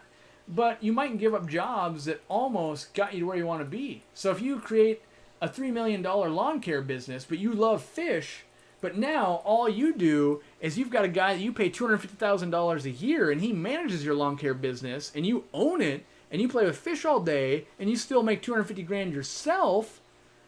You don't have to love lawn care, but you might love being almost totally reserved back from that whole thing, and it's a working business. And I don't believe you have to do something that you love. Let's see. Corey Mack, I've yet to meet a successful handler yet that isn't stuck on owning a dog. It's like tanks. Just because you don't keep cichlids anymore doesn't mean you don't own tanks. I'm saying this. Just because you haven't met them doesn't mean they exist. So I'm trying to think of a scenario that... So what happens... What about this? Let's say you have the best dog trainer in the world, and the wife of that dog trainer or the husband of that dog trainer has a mental disability, and they have a child, and the significant other is so worried that the dog is going to attack the child that it will break up the marriage. And yet, this guy has lived his whole life, or girls, lived their whole life training dogs, and they used to own their own dog business, and it got 1,000 good Yelp reviews and all of this, and now they just want to work for you, but they can't own a dog. I think you'd be a fool not to hire that person. Now, I can agree that you may never meet that person, but I think it's foolish to say, I would still never hire them. I think it would work just fine. And so I'm just saying, keep an open mind, and odds are, 99% chance, someone you hire is going to own a dog. I get it. Just like fish tanks for me. But, I think there are people that could have some set of crazy circumstances that could prevent that. Or let's say they are taking care of their grandpa because it moved back into their house, and they have, like anxiety about dogs or something, and yet, they're forced to okay, do I keep a dog or do I let my grandfather live on the street? There could be some crazy set of circumstances that still leaves a very good employee, but not owning a dog. I realize we're talking about 0.1% here. I get it. I'm just playing devil's advocate for that. How professional should you remain during prank calls, and how do you handle them? Happens fairly often in our store. We always handle them professionally, and then we stop answering the phone if we can recognize the phone number. And if someone's just doing it over and over and over and over again, then you let it ring, you go to voicemail, and if it's a legitimate call, you call them right back. And most times, if you're not remaining professional, you're provoking them to do it more. If I pick up the phone and I just scream at them, there's A, the chance that it's not that person. B, they're getting the reaction they want. The angrier I get, the more they want to do it more. Meanwhile, if you just turn the ringer off, let it go, and you just keep making sure that legitimate calls aren't coming through, and you answer them in a timely manner, that's the best way to squelch something, is to let them know they're not getting to you. Makes for a long day, though, if you don't enjoy what you do, though. Fair enough. Difference of opinion. I don't know. I think it's people want to inject their feelings onto every statement. Horses are expensive. If I paid you $1 million to shovel cow manure a day, I don't think at the end of the day you'd go, man, this day was really hard. You'd be thinking, how am I going to spend my $1 million? I'm going to work for, I'm going to work for 3 weeks. I'll have $21 million. What house am I going to buy? You're not thinking about how much that day sucked. You're thinking about how much money you're getting. And I think it's a sliding scale. And I think people like to idealize, like, well, I'd rather make $1,000,000 a day saving the planet. Well, duh, we all would. But I think there's a lot of leeway between perfect job ever, pays me insanely well, and digging ditches for $1.50 an hour. There are times when like, wait, you'll pay me $700 a day to dig ditches? I would consider that. Because you're going $700 a day, I work 5 days a week, that's 14 grand a month. That's some serious money for people. Have you ever caught shoplifters in the store? Yes, we have. We prosecute them every time. Prosecute them. Yep. Make them pay. Well, not make them pay, but make them, if you don't punish them, it doesn't help. Let's see. I'm a trainer as well. Since we're not in the same area, maybe bounce ideas off each other. So I would tell you this here for dogs. Even if you guys are in the same area, you probably can benefit a lot by talking to people even in your own area. Because you might find that you're really good with big dogs and the other person's good with small dogs. Or they don't like doing this. Or they've got a client that doesn't like you because you're a female and Ashton's a male, and maybe that can play off each other where, oh, this guy's a real macho guy who wants to, you to train his bloodhound dog to fetch this thing, and he's a real chauvinist and doesn't respond well, and you're not comfortable being in his presence. Meanwhile, you can trade that client to Ashton if you were in the same area, and then he's got, let's say a woman who had a problem with like an abusive spouse or something, and she would rather work with a woman or something like that. Like, you can find ways to work with your competitors. I do it all the time. I work with my local competitors. Anyone who wants to work with me, we will work, and you just got to be open and honest. You got to be open and go, well, I can't do that because I'm gonna cash in on that. But you go, well, what happens if we both buy our dog treats and we buy them from the same supplier and we buy them in bulk?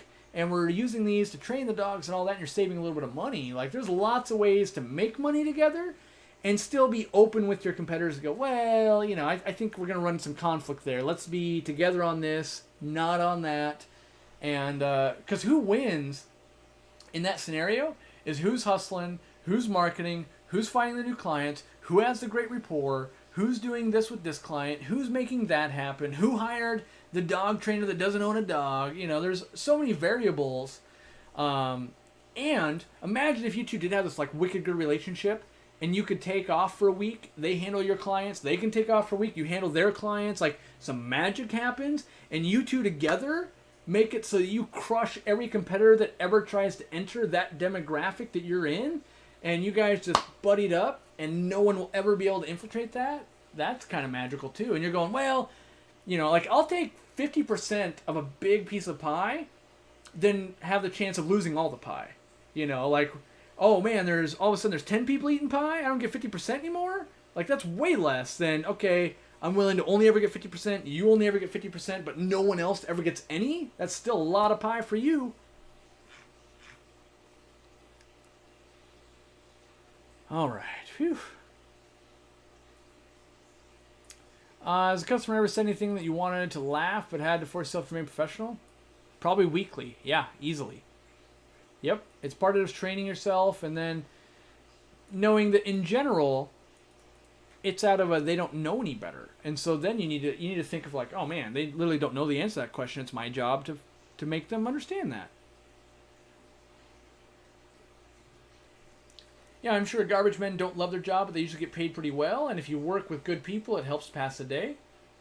There's something to be said for that. Imagine, like, I used to be able to get kind of enjoyment out of almost any job. So imagine you take the garbage out for this elderly old lady, and once a month she bakes you cookies. I find that to be enjoyable. I think people want to be appreciated more than they like getting money. You have to get money to live. But if you get money and you're not appreciated in your industry, by your peers, by your spouse, whatever it is, that weighs on you much more than I'm making a ton of money, but everyone around me hates me, or whatever. And so if let's say you are a garbage guy and you're getting cookies and you're getting these things and you like what you're doing and you love helping this person, but that guy's a total a-hole and you hate them, then, you're going to try to take the good things out of your day. And you might get a lot of enjoyment out of being A garbage man being done at 2 o'clock in the afternoon and never missing one of your kids' recitals or after school projects or anything ever. If that's your North Star in life, that's what you live for, is your kids in those after school sports or whatever, that might trump the fact that you're a garbage guy, even though you don't like it. You didn't grow up thinking, I'm going to be a garbage guy. You know, you got to do what makes you happy. And I know there are jobs I could do at a certain wage that would allow me to do other things in my life that I would enjoy so much it would offset the bad things about the job, I think. You know, hindsight's always 20/20. You can't know until you're actually there. But I do believe that opportunity probably exists out there for me. Have I ever thought about expanding the co-op in more locations? Thought about it, yes. But I would not. I would only expand online. Yeah. Whew, I'm getting hot in here. The ranting and I didn't install my fan. I need to do that. I'm installing that fan soon. Let's see.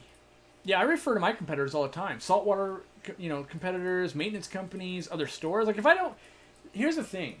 If I can't help you, like, let's say you walk into my store and I can't help you, the best next thing I can do is help you find the person that can help you. Because, when I have the product that you need, the service, the whatever, that guy was super helpful. I'm going to go ask him for help. Like, you want to be that person, right? And you never know who you help and how they're going to be able to help you back. And a lot of times you got to give a lot before you get any back. You might have to send 10 clients to Ashton going, yeah, here's another one, here's another one, here's another one, here's another one, here's another one. And then finally Ashton sends one back. But then you've proved to him, like, you're not out to get him, you're there to help him. And maybe you go, oh, you're uptown and I'm downtown? Great, let me send this guy your way, I'll pick up that guy, and we'll all make more money, we'll make more sense of it. Oh, I'm not down there on a Wednesday and he only can do a Wednesday, or she can only do a Wednesday, or blah, blah, blah. You can find ways. It's whether both people want to. And a lot of times I find I'm open to it, but the person that I'm approaching, they're like, no, I'm a nomad. I work with no one. I'm going to destroy you. And I go, all right, yeah, it's cool. It's cool. If you want to work together, let me know. We'll make more money. I promise you.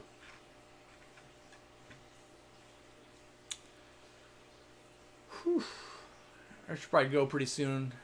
I only ate a snack. My dinner is actually going to be ready here. I think my wife said at 8:30, so. You said earlier that you create a work atmosphere where your employees want to help one another when someone is sick. How do you keep up employee morale, and how do you handle tips between them? So typically, I don't run into that many conflicts between them. I try and deal with it. I try to put myself in the situation where they're working. I go and I work with them. And then I try to, like, if employee A and employee B don't like each other, if you can, let's say employee A calls out sick, you get employee B to fill in, okay? So they're filling in for employee A, they're going, oh, I hate this person, blah, blah, blah.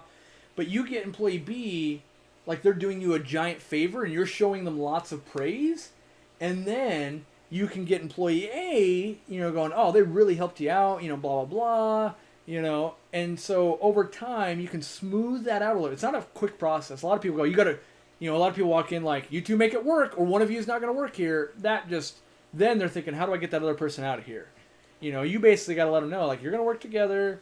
It's going to happen. Maybe you split them up for a while. Maybe you make them work separate.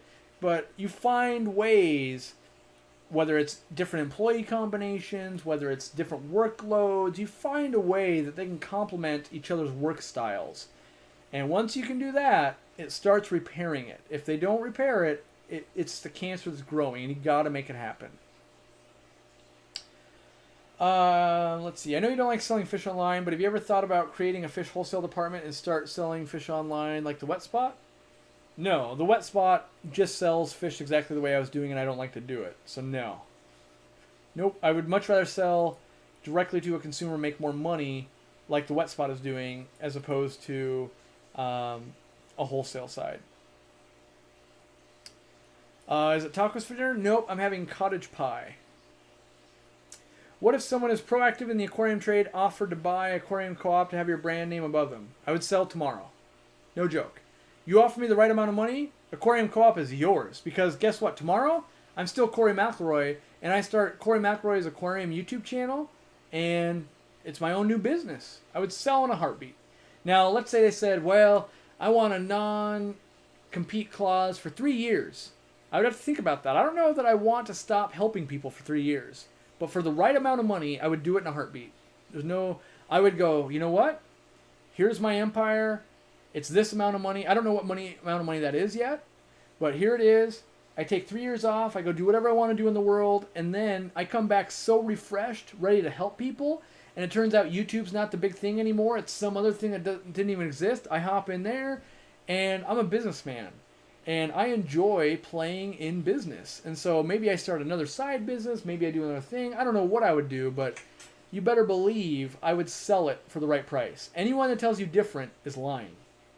If someone came in and said, I'll give you $900 billion to sell this brand, and they say I wouldn't do it, you would, because with $900 billion, you could make so many LLCs and do so many shady things to compete against them if you wanted to. You could do it. You would just do it.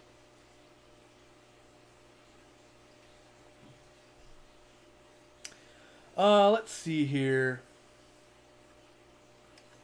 Any last minute ranting questions I can go on? This is going to be a long one. I don't think anyone actually watches these after the fact because it's brutal. I need to get these into a podcast. Maybe I'll have the gentleman who helps me start putting these out on the podcast, because this is probably a decent thing to listen while you go to work or you're working out or something.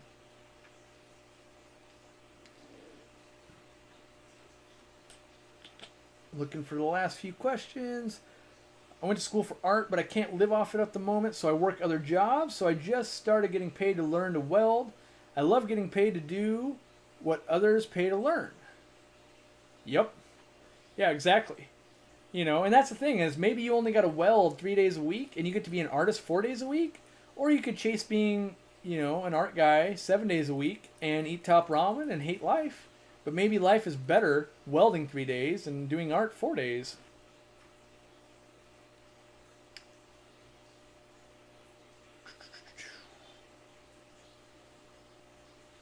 Yeah, 2+ hours. It's been a long day. I didn't get any filming done for my other channel, but I've had a lot of fun.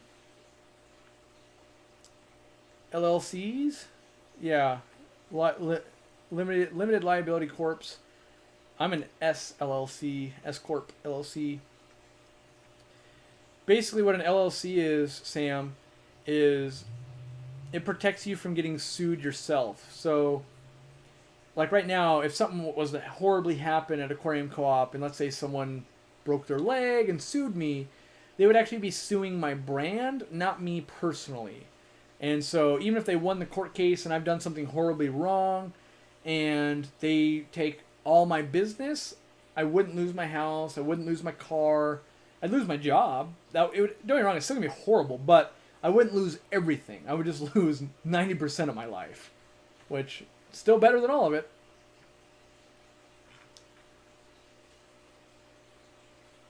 Not sell Aquarium Co-op, but buy into. You still get to keep your store, but I open my store, name it Aquarium Co-op, you get X amount of my monthly takings. Nope, I would not franchise. Not unless I could blatantly say, you have no affiliation at all with Aquarium Co-op, I think you're terrible, you're abomination, which no one would want to do. Like when you buy into the brand, you want to be under the umbrella of it, and I'm not interested in doing that. The only time I would make that exception is if I worked with my employees for a long time, they want to grow their wings, and they want to do it, and I believe that they will keep up the brand name. I'm interested in helping my employees grow, but from an outsider standpoint, no. So if you wanted to do that, you should come work for me for 5 to 10 years, and then I might let you do it. But if you're not willing to put that in and learn the culture and learn what Aquarium Co-op is actually about, there's no way. Even that, so I say no way. There's an amount of money I'm sure I would give in. I'm sure there's a certain amount of money that I would be like, yep. But anything reasonable, I'd be like, no. It'd have to be some amount of money that would allow me to do so much good in the world that I would be willing to take that stain onto the brand if you did something horribly wrong. Like, there'd have to be that much money on the line. Quick idea for your store. You should sell fully set up running planted tanks so that people who like the look of the tank can just buy it as a whole, like selling a display tank basically. that is a business model, but I find that it's going to be labor intensive because just because I can keep a highly planted tank with CO2 injection and everything running right doesn't mean that you can pay me $500, take it home, and do the same thing. So it'd have to be a lot of customer service going after the fact. Like maybe if you bought like a maintenance service to go with it, that might make some sense. Maybe. Yeah. When you do videos, is it better for viewers to see you, or would it be just as good if people never see you? I think you gotta show yourself, S. Robbins.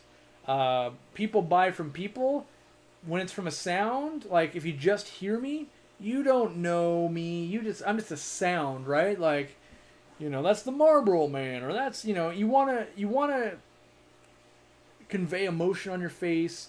You want them to feel for you. You want them to like you as a person, not just as you're the sound of the brand. Hey Corey, I sent the best guppies co-op designs. Since this is business related, should I ask permission before creating art designs? You can create anything you want for me. If you're going to use it for your own personal gain, you'd have to ask me first. But if you just want to bounce some stuff off me and go, hey, I made this. Do you like it? Do you want to use it? That's fine. But you don't have to ask me to use that. If you're going to use it outside of my business, you'd have to ask me, yeah. I feel like franchises are the quickest way to ruin your name reputation. I agree. Franchises, in my opinion, you're trading reputation for money. And we're doing that all day long anyway. But if I'm going to trash my reputation, why not just make a horrible product, collect all my money, and get out? And everyone loves the idea of well, maybe someone will keep up the brand name and I just get to collect money off them forever and blah, blah, blah. I don't believe that. I believe that anyone that could do what the co-op is doing should just become samanthasAquariums.com and do it. Aquarium Co-op, the brand name, isn't going to make you a great business person with great morals and stuff like that. It's just going to give you the umbrella cover to do shady stuff if you want. And yeah, maybe you are the best business person and it works out. I just feel like that's a 10% chance, and 90% chance turns out you're not the right fit for Aquarium Co-op branding. Merchandise licensing agreement might be the most loose affiliation you can come up with for the Aquarium Co-op brand.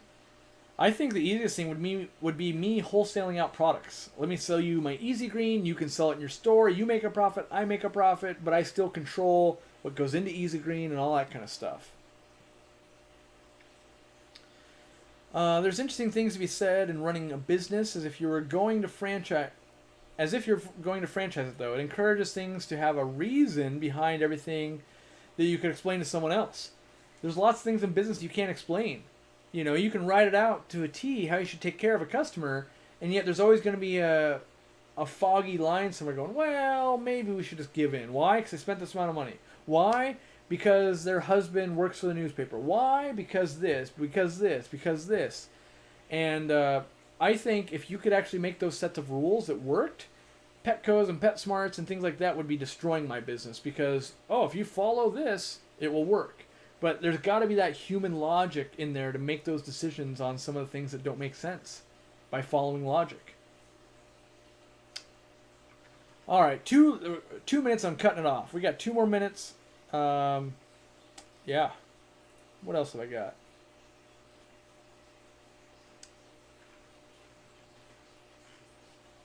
I think that's it. That's all we got.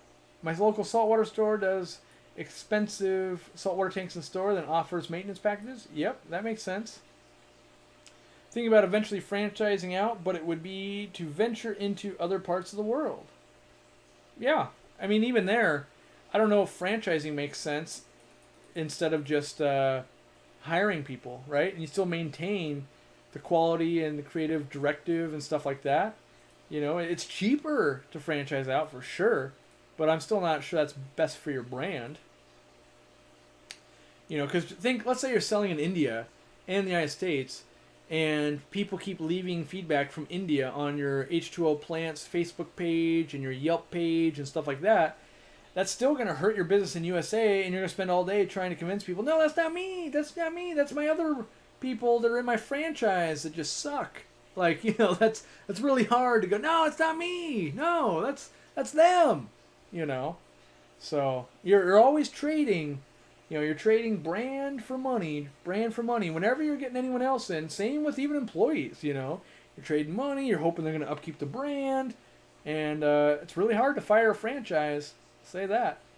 So, all right. Well, hopefully you guys will leave questions down below, and we'll talk on the next live stream. You can shoot me email, stuff like that too. But I like to talk here and do it. So I guess that's it. We'll see you guys next time, maybe next week sometime, and shut this thing down. So thanks for hanging out, guys, and we'll see you on the next one. My voice is going. Been doing a lot of talking.